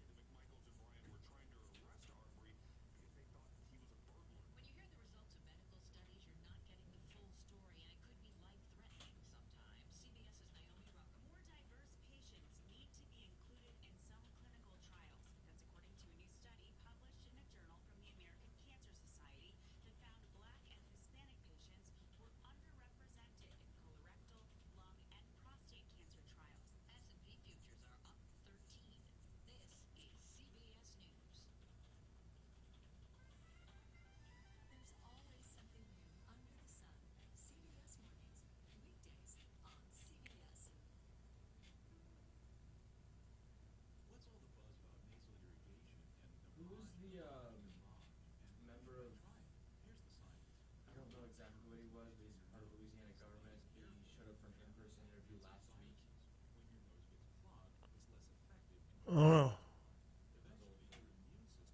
Who was, I'm trying to remember, State Senator Rick Ward?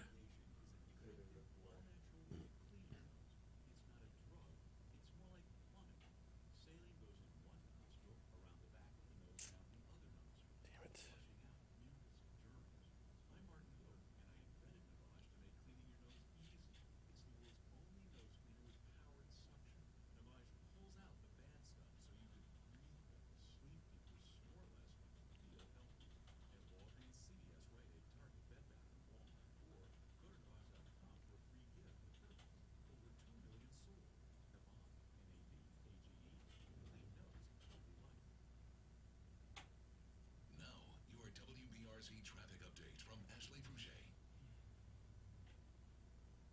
Overall, the drive is pretty quiet. Won't bother you much. There are a couple things I'd like to tell you about, though.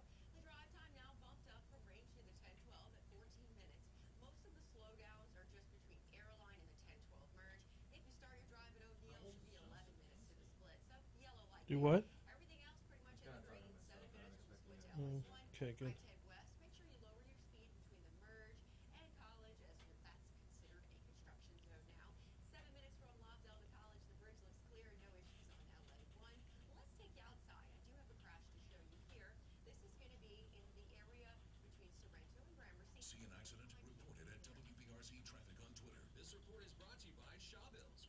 $250 with the purchase of 4 eligible Bridgestone Alinza tires. Visit ShawbillsTire.com to learn more.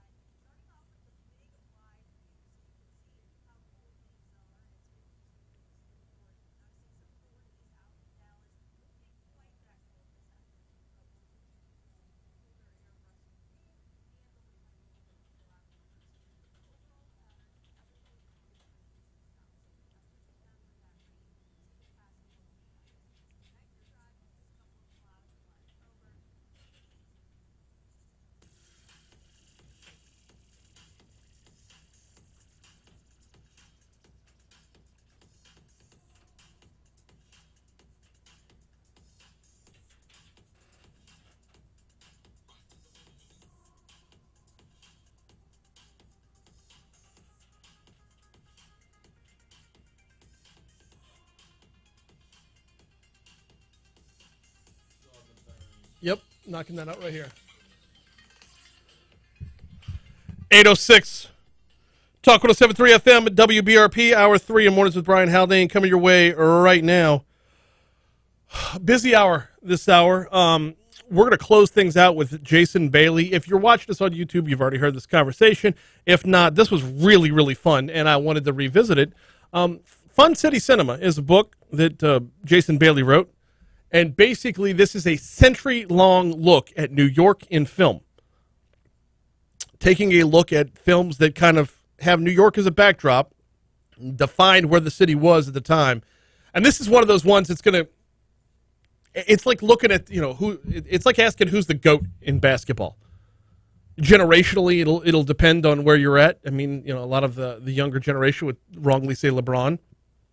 Most of us would rightly say Michael Jordan.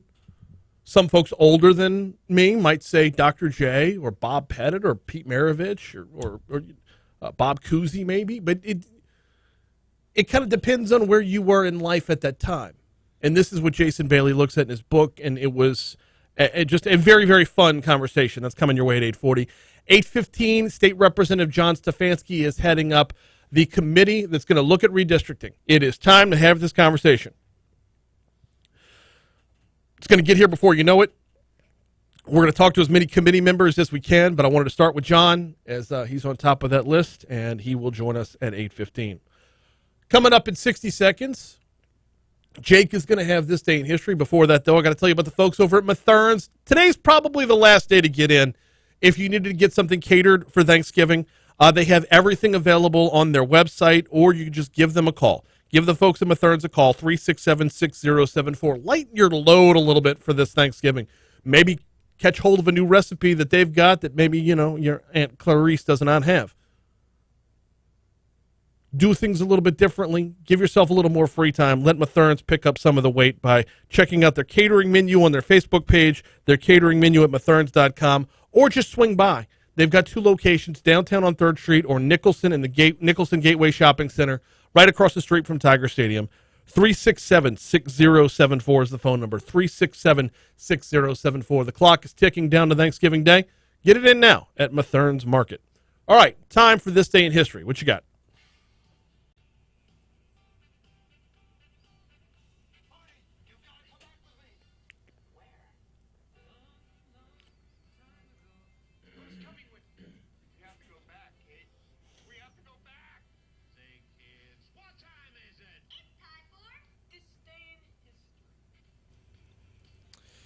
We're kicking things off, 1927. First snowmobile patent granted to Carl Eliason in Wisconsin. That's kind of a big deal. It's pretty cool if you ask me. Was that a pun? Maybe. I appreciate the attempt. Hey, I thought it was pretty ice. You're digging yourself a hole now. Anyway. 1934. Okay, sorry. Go ahead. 1934. Santa Claus is coming to town. First heard on any Cantor's show. So there you go. People were celebrating Christmas before Thanksgiving had even concluded back in 1934. That's my takeaway. Okay. 1950. Get a load of how much is wrong with this sentence. 7,021 Fort Wayne Pistons edge Minneapolis Lakers 19-18 at Minneapolis Auditorium, the lowest ever NBA score of 37 combined points. That's crazy. That's that's probably the worst game of all time. Yeah. Hands down. 1961, St. Louis Hawk Bob Pettit sets NBA record hitting 19 of 19 free throws. I'm assuming this is in one game. Yes. That's incredible. 1972, in Pittsburgh, Penguins set NHL record for scoring the fastest 5 goals in a 10-4 win over the St. Louis Blues. They scored 5 goals in 2 minutes and 7 seconds. That's nice. What a heartbreaker. Imagine if it was 5-4 at the time. Tough. Yeah. 1984, Fred Rogers of PBS Mr. Rogers' Neighborhood presents a sweater to the Smithsonian Institution. Very nice. Mm-hmm. Good old Mr. Rogers. 1 year later, in 1985, largest swearing-in ceremony. 38,648 immigrants become U.S. citizens. The amount of paperwork on that must be a lot. Well, just a lot. It's just a lot of paperwork. Yeah. 1 more year later, 1986, a 20-year-old Mike Tyson becomes the youngest heavyweight champion in boxing history when he stops title holder Trevor Berbick in round 2 at Las Vegas Hilton to earn the WBC title. Did I miss one somewhere in here? What? This day in history. You are going chronologically, correct? Yes, I am. Okay, we'll circle back later. Okay. Well, 1995, Toy Story, the first feature-length film created completely using computer-generated imagery, is released. What a classic that movie is.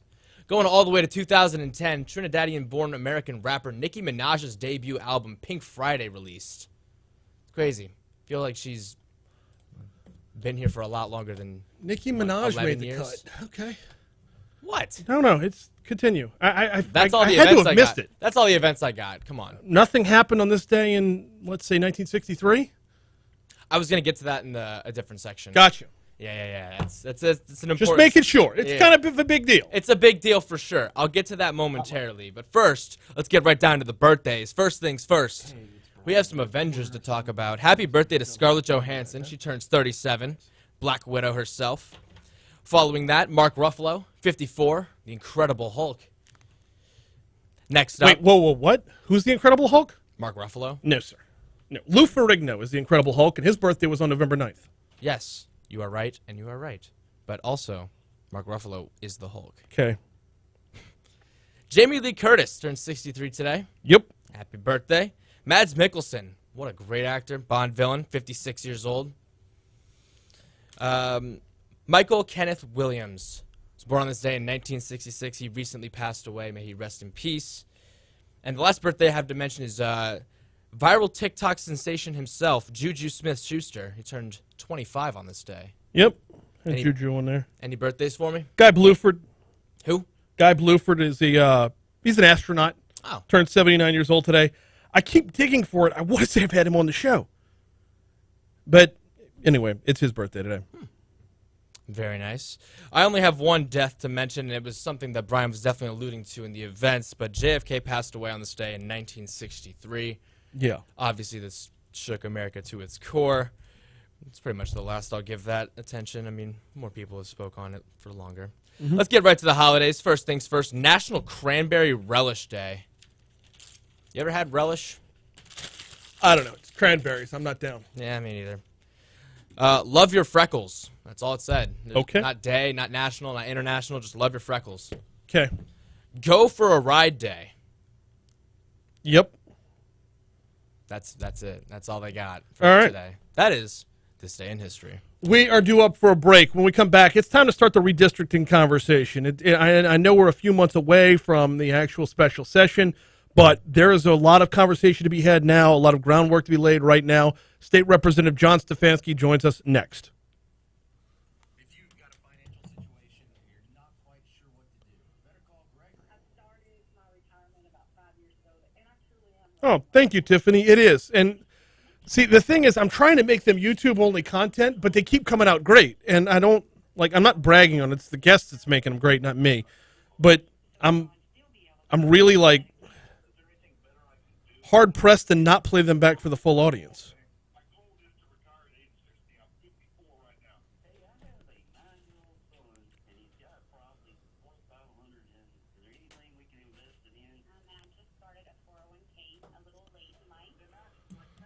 Oh, man.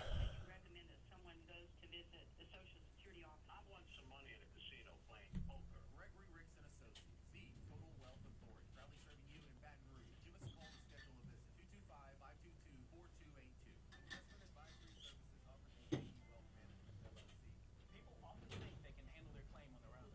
That's exactly what the insurance companies want you to think. If I can't get you more, even after our fee, then you owe us nothing, not even our costs.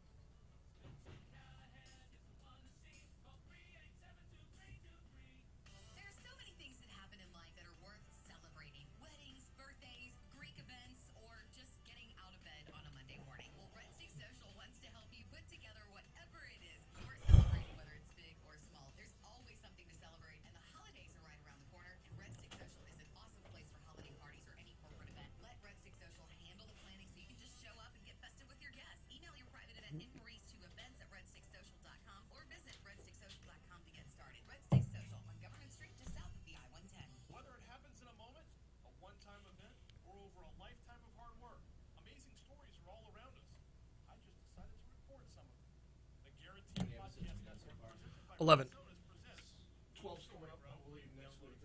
Now, your WBRZ traffic update from Ashley Fouché. Been monitoring a crash on I-12 at Drusilla. 2 lanes have been blocked, but now the activity is moved out to the side of the roadway. The travel lanes are available. The next episode that is recorded that I'm about to edit is a piano player from Greece and an opera singer from Iowa have teamed up for a duo at LSU.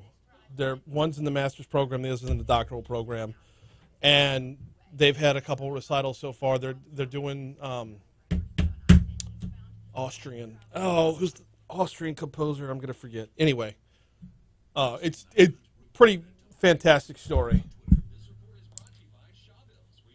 It's crazy how music can just bring together people that have almost nothing in common. It's crazy how LSU can be a hub that gives Baton Rouge way more than it would normally have as a market this size. Oh yeah. But yes, both of those factors play into the story.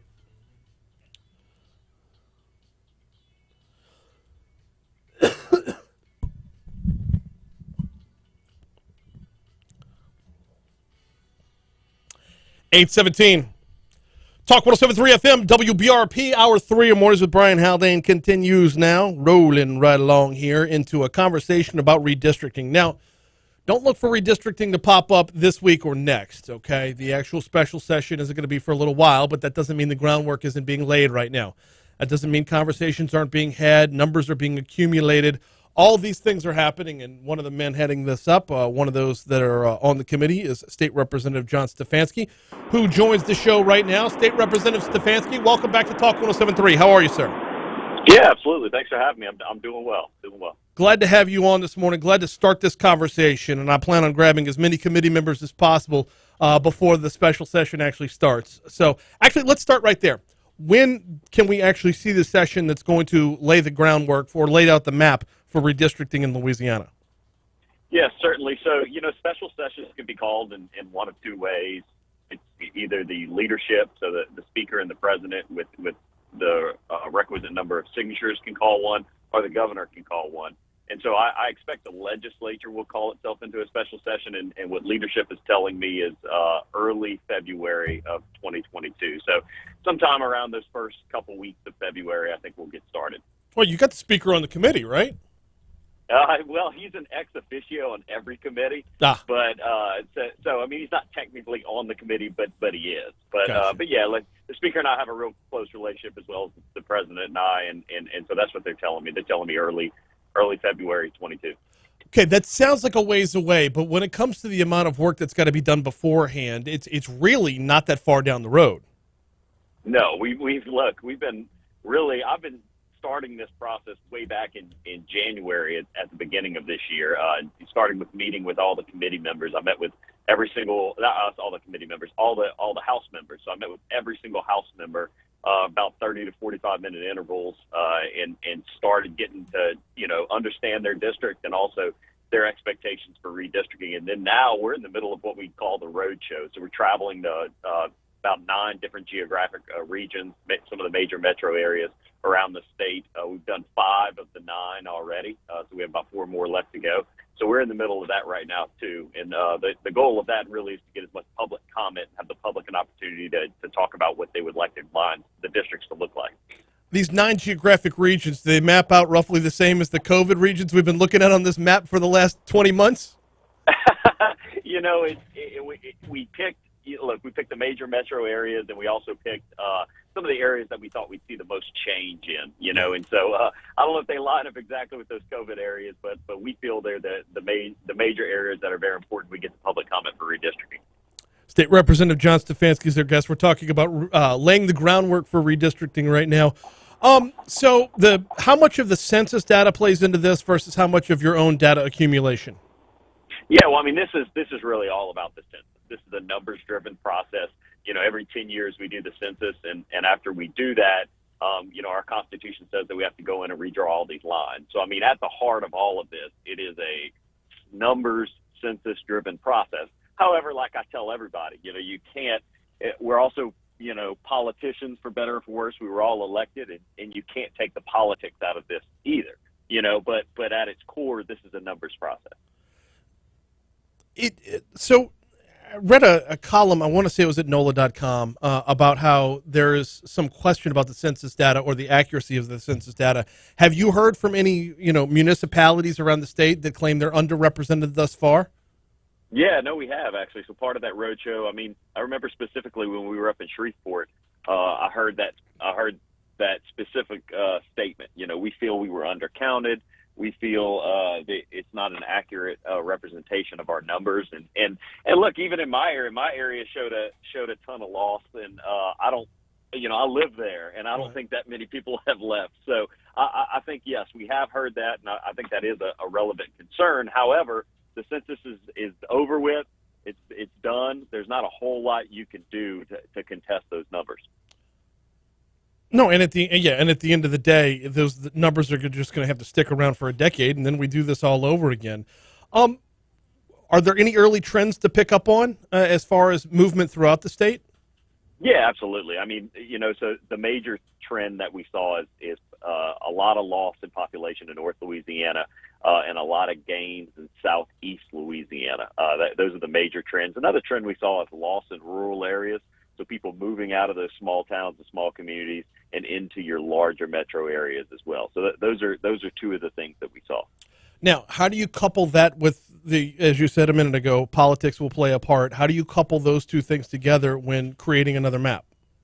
Yeah, no, look, it's a balancing act. You know, I think for me, you know, as the chairman of the House and Governmental Affairs Committee, which all these bills and maps have to go through, I'm really just trying to focus on the numbers and the law, you know, and I mean, I think politics obviously will interject themselves, but for me and the way I'm kind of guiding that committee, I'm trying to say, look, you know, it's just really a numbers-based process. So every district has to have a set amount of people. We got to get as close to that as possible. And then secondly, there are a ton of laws that govern this process as well, both from the U.S. Constitution and the state constitution, as well as a lot of case law that governs what we can do and what we can't do, as well as the Voting Rights Act, as well as the 14th Amendment. You know, there's just a ton of things that govern this process. And so I'm really, you know, I'm trying to stick to that as much as I can. And because I think when you start kind of teetering off of that, that's where you might get yourself into trouble. Yeah, and that's where you start to introduce things like the governor mentioned during his Ask the Governor show last week. You want voters choosing their legislators, not legislators choosing their voters. Yeah, sure. Yeah, sure. You know, history might say a little different, but no, obviously you do. You know, I mean, you want this to be as fair of a process as possible to where it's not about the individual legislator. It really is about, you know, the communities of interest and the geographic regions and all those traditional redistricting principles like we go back to. Since I brought up the governor, I'm going to continue down that path. Traditionally, has the governor been and not necessarily this, obviously not this governor, as this would be the first time around, but traditionally have governors sounded off on their take from what they'd like to see, or does a governor usually stay hands off for this?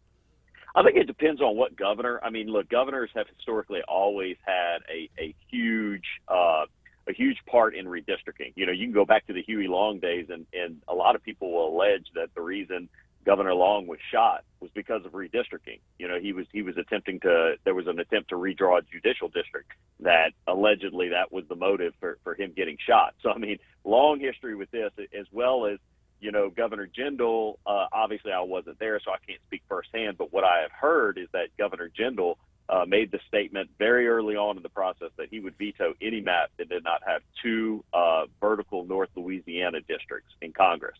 And so you can see a recent history of that. I think the answer is yes. Now, how deep into the process the administration and the governor gets, I think probably just depends on the governor.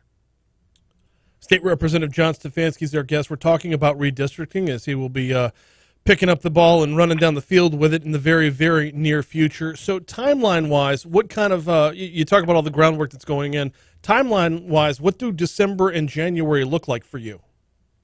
Well, life since August has looked very, very busy for me, which I expect that to continue. But no, look, we're going to finish up this road show going into the holidays. We actually have a meeting, I believe, on the North Shore at the end of the month, and then about mid-December we're going to Lake Charles. So we have those two, and then we also, you know, going into the new year, we have we got to finish up with Homa and also with New Orleans.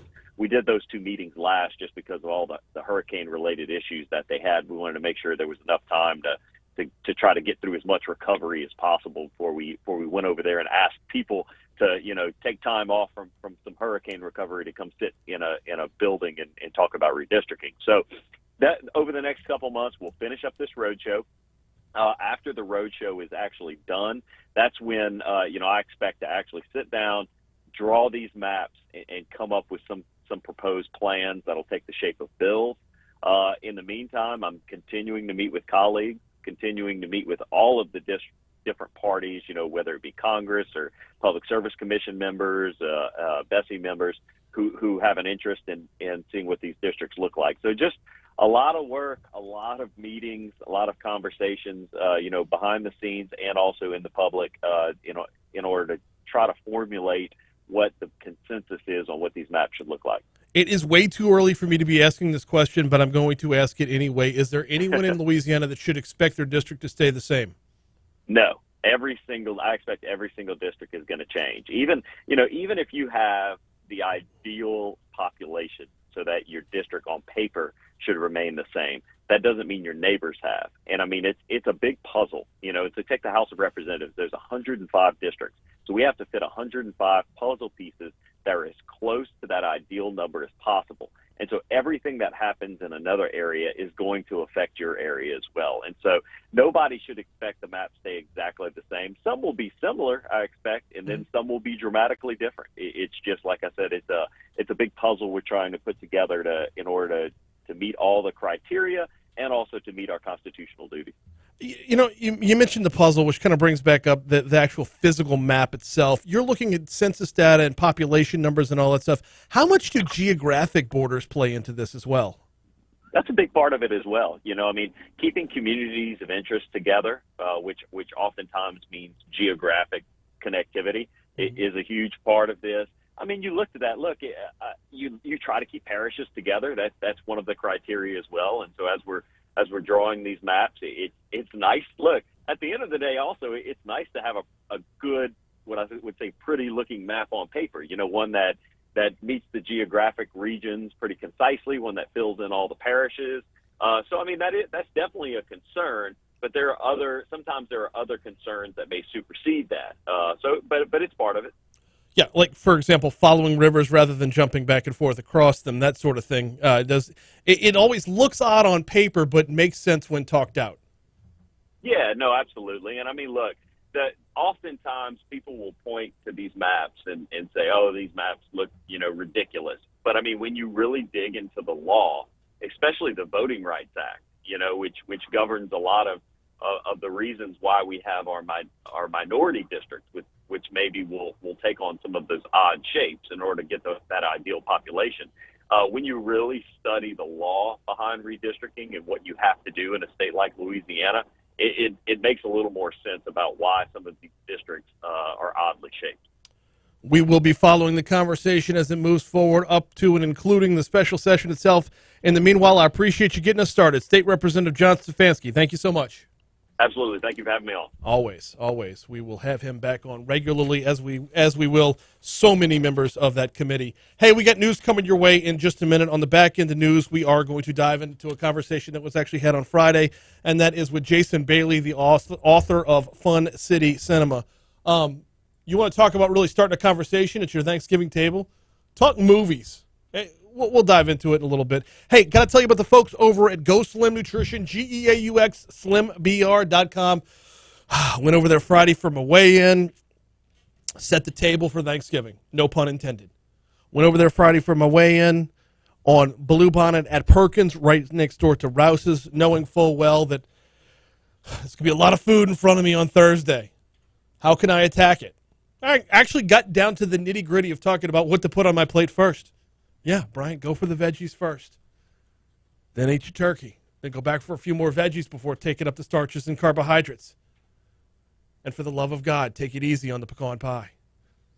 763-9600. Jumpstart plans are available right now at 763-9600.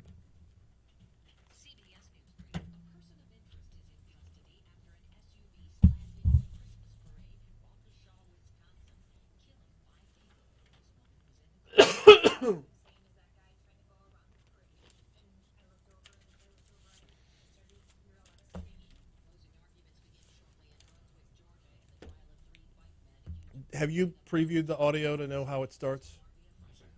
Cool.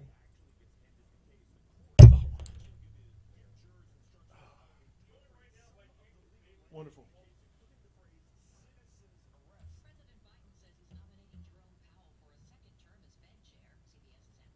Bro, Halle Berry does not age. How old is Halle Berry? She's actually, I think, in her 40s? No, she's in her 50s. Really?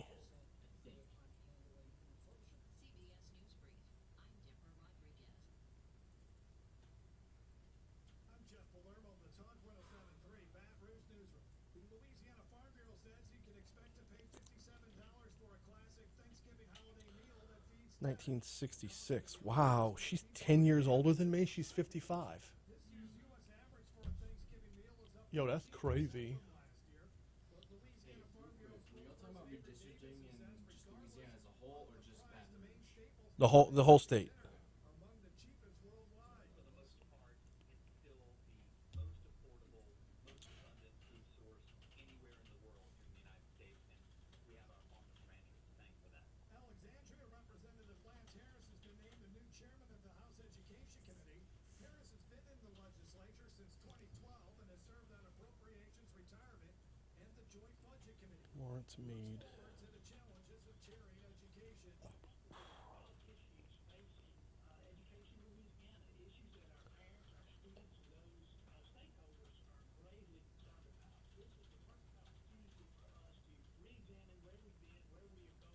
The state receives a $1.5 million grant to address human trafficking. It's a very dark, heinous, complex issue to identify and to address.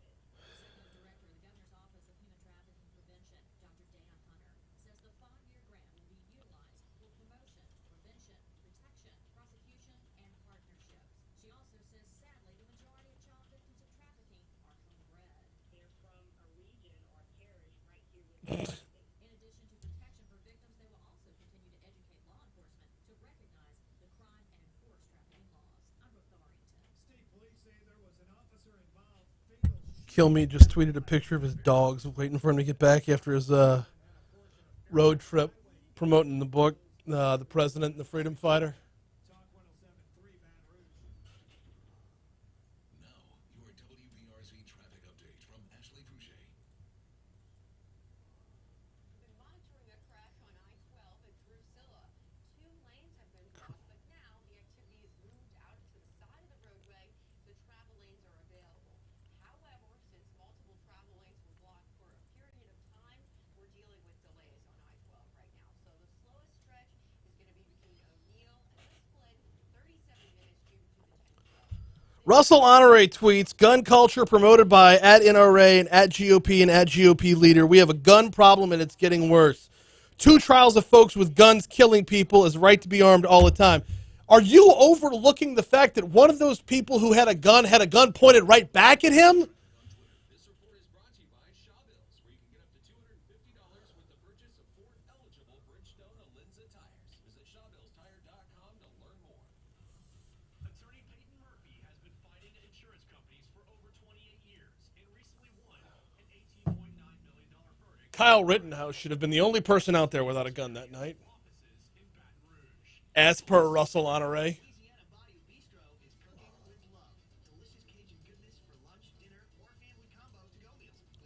Sad.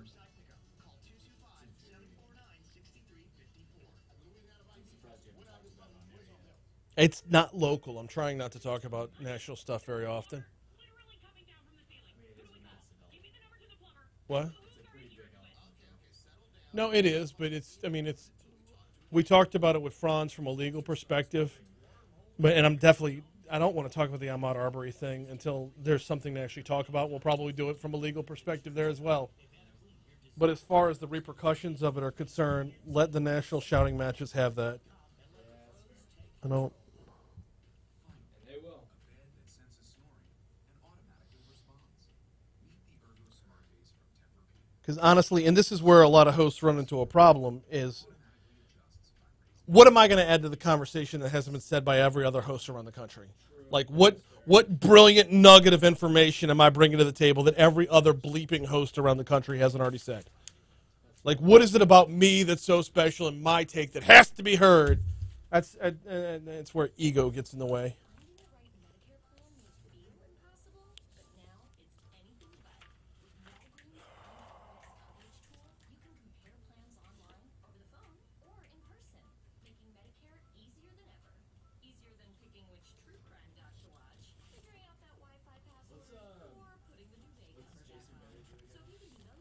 He's an author. Fun City Cinema. Yeah.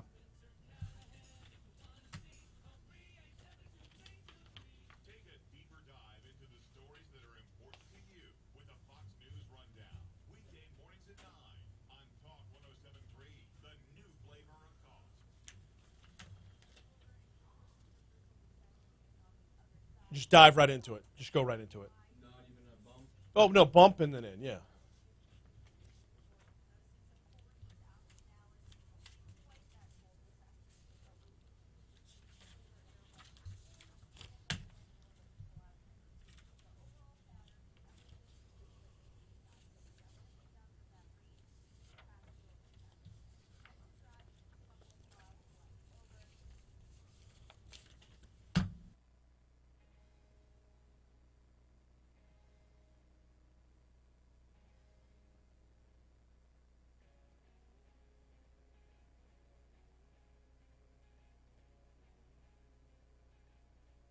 Making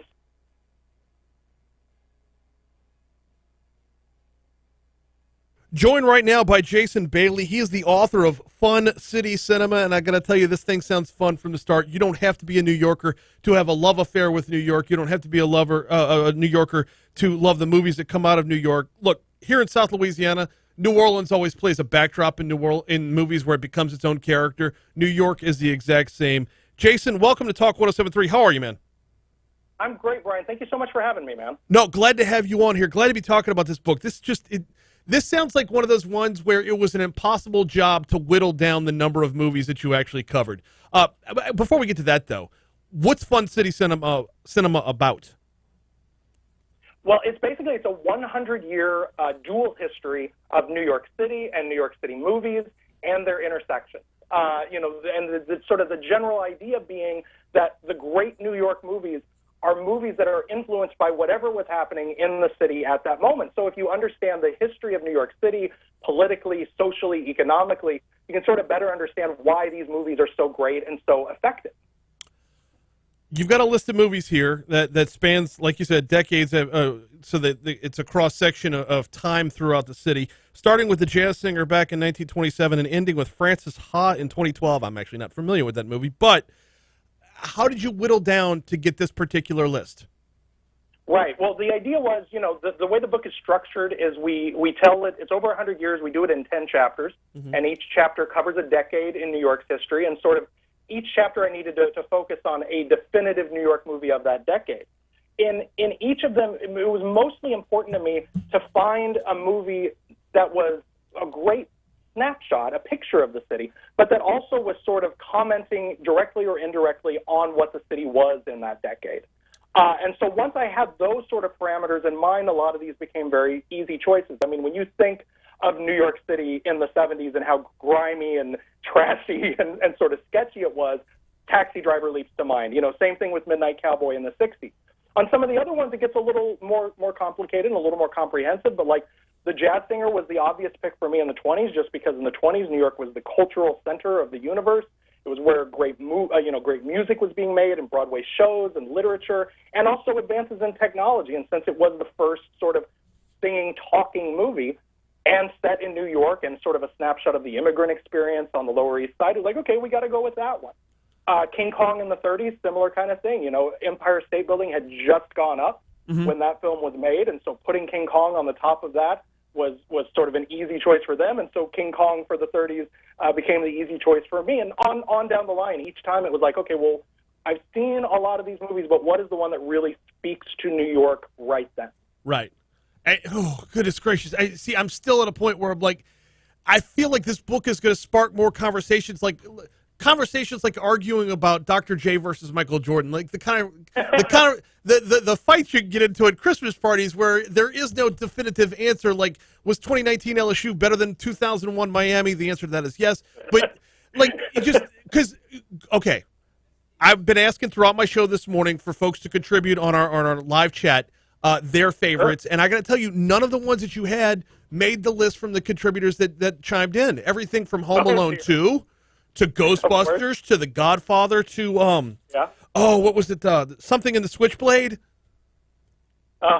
French Connection, Dog Day Afternoon. Like, they're all over the place. And I would imagine, Jason, a lot of your motivation here was let's just get the ball rolling and get people talking. Oh, absolutely, absolutely. I will say this too. We do the format of the book is such that each chapter does focus on that one key movie, but at the end of each chapter, there's a section called Now Playing, where I have a series of sort of standalone essays about some of the other great movies of that decade. Okay. So I assure you many of the titles that you mentioned are covered in that area, or sort of sideways in the chapter and so forth. The one per decade was to give us a focus, because you got to have a focus with this much material. But I also, I watched or rewatched about 300 movies over the course of researching the book, and these were very hard choices to make, especially those 70s ones you mentioned.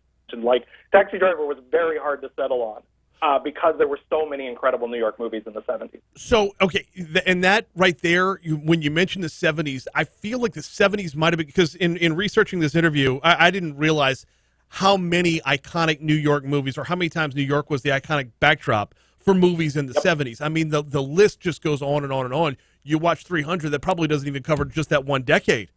Right.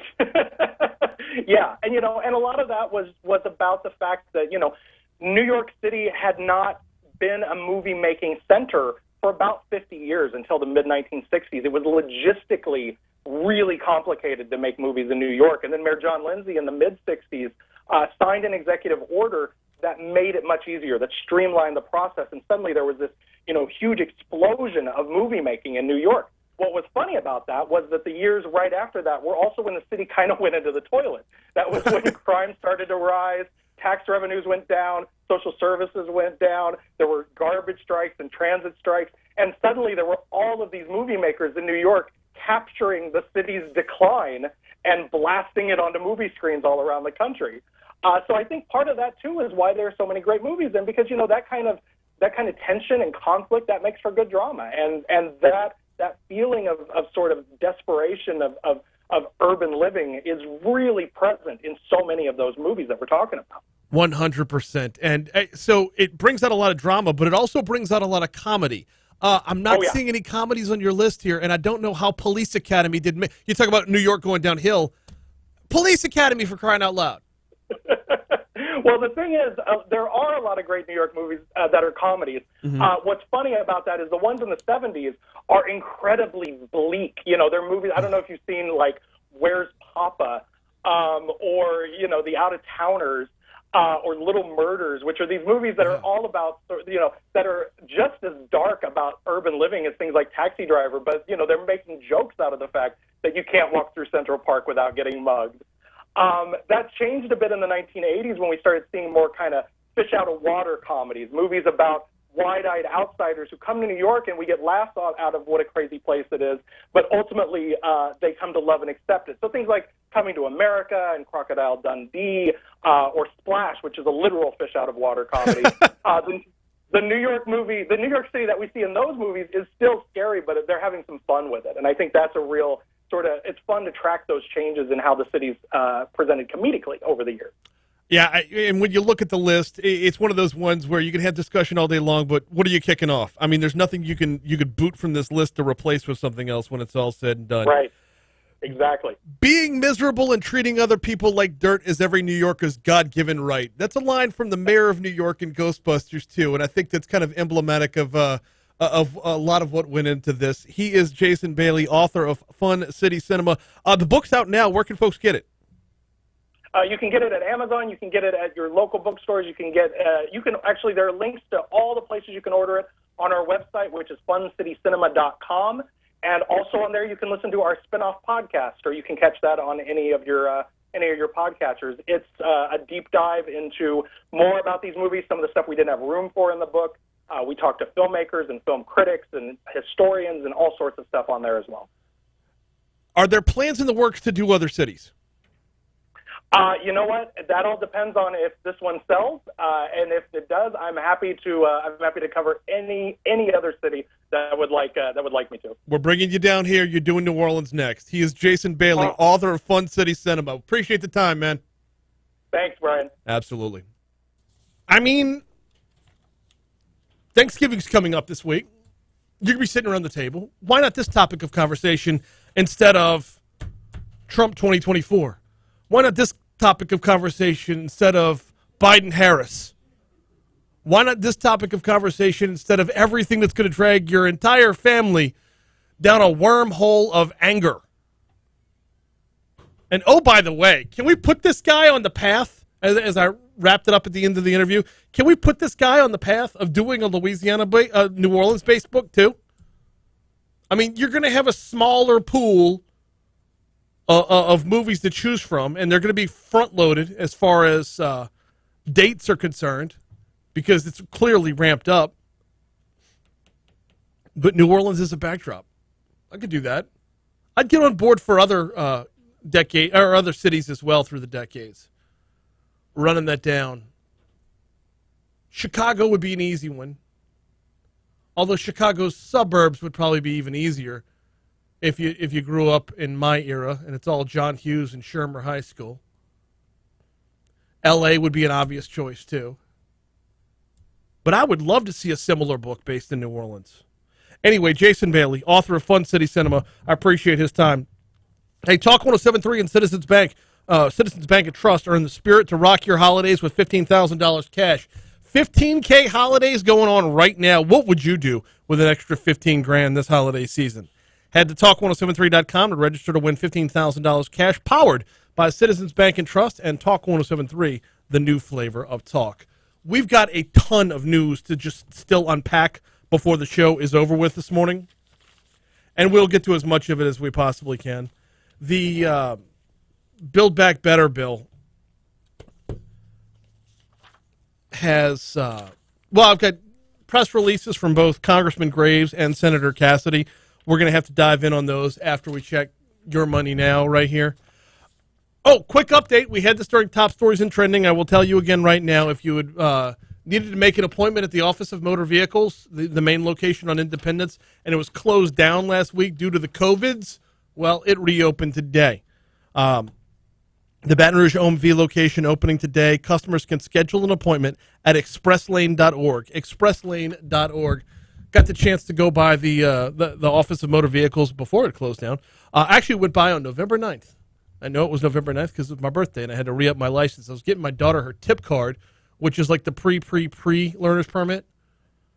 I got to tell you, this appointment-based OMV is luxurious. Pleasant to work with, efficient to get in there and get out of there. Anyway, they've reopened today after the COVID shutdown from last week.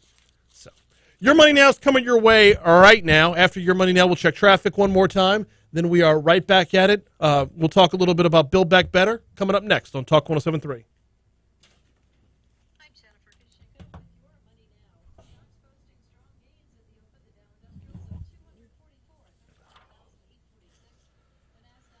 Oh.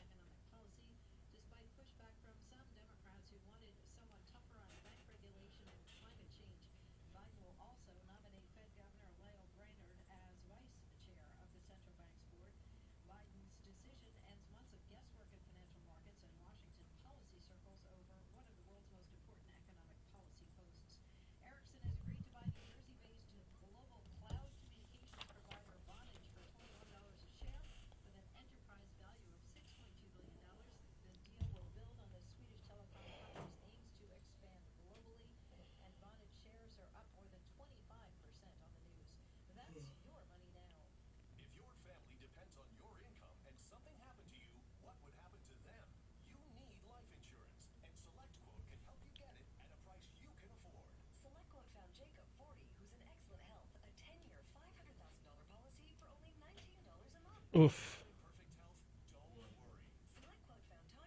It's just not going to warm up today at all. The temperature we're at right now is basically where we're going to be. We might get up. Well, we'll get to the mid-60s today.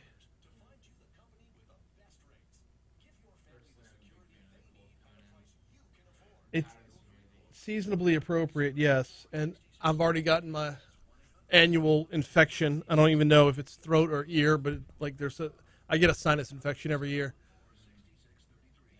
which, yeah.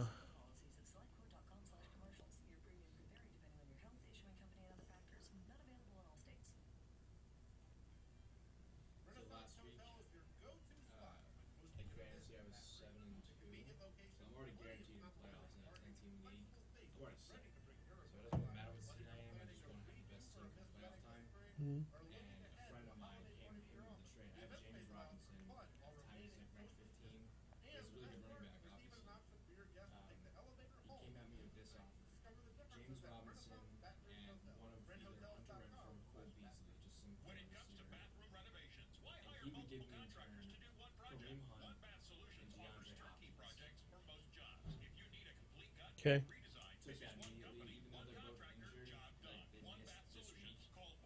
Yeah. Yeah. If he needs the immediate help, that helps both of y'all.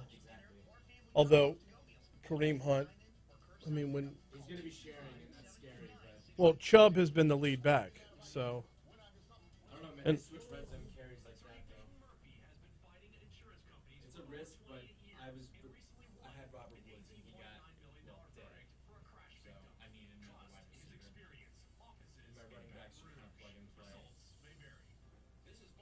had Derrick Henry, and decided to stop playing. Yeah. But I had Damon Harris, who's been solid. Saquon Barkley should be back tonight. Not exactly the best defense to go against Schaub's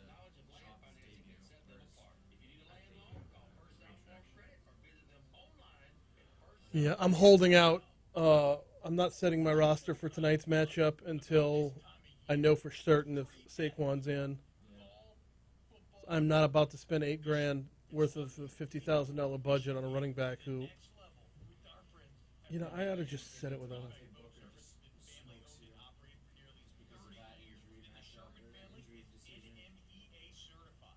Yeah, but I'm not going to start a lesser back against Tampa. So I'm not going to spend any money on. I don't know. I'm hard pressed not to just have a full Tampa lineup for tonight. I got Fournette. It's going to be my captain, which means I get 1.5 times the points. I think I don't know if Antonio Brown's back. The only Giant I know I'm going to start is Kadarius Toney. Yeah, you got the deep threat. Buck secondary has been mangled. Front to back boat service. They do it all. When you've been in the industry for over 20 years, Okay. one thing, you learn your product inside and out. But you also learn how to ask the right Man, I got to find a way to find some lower end guys so I can balance all that to have. I know I need to make one more trade before the deadline, which is the 26th. Yeah. I don't know who or what. I don't want to make. I don't want any like an all-star blockbuster trade, but I can get like a solid trade with some like go-to flex that you are RB2. I'd be happy. Because my squad at full strength is nasty. The 26th? Yeah, November 26th. That's Friday? It's a weird spot for a trade deadline in Thanksgiving week. That means you're going to have 3 or 6 teams that have already played. So if you really wanted to put the screws to somebody, you trade somebody who's already played in order to get somebody who hasn't yet. Then they're stuck for the week. Yeah. I was talking to Gino about that one.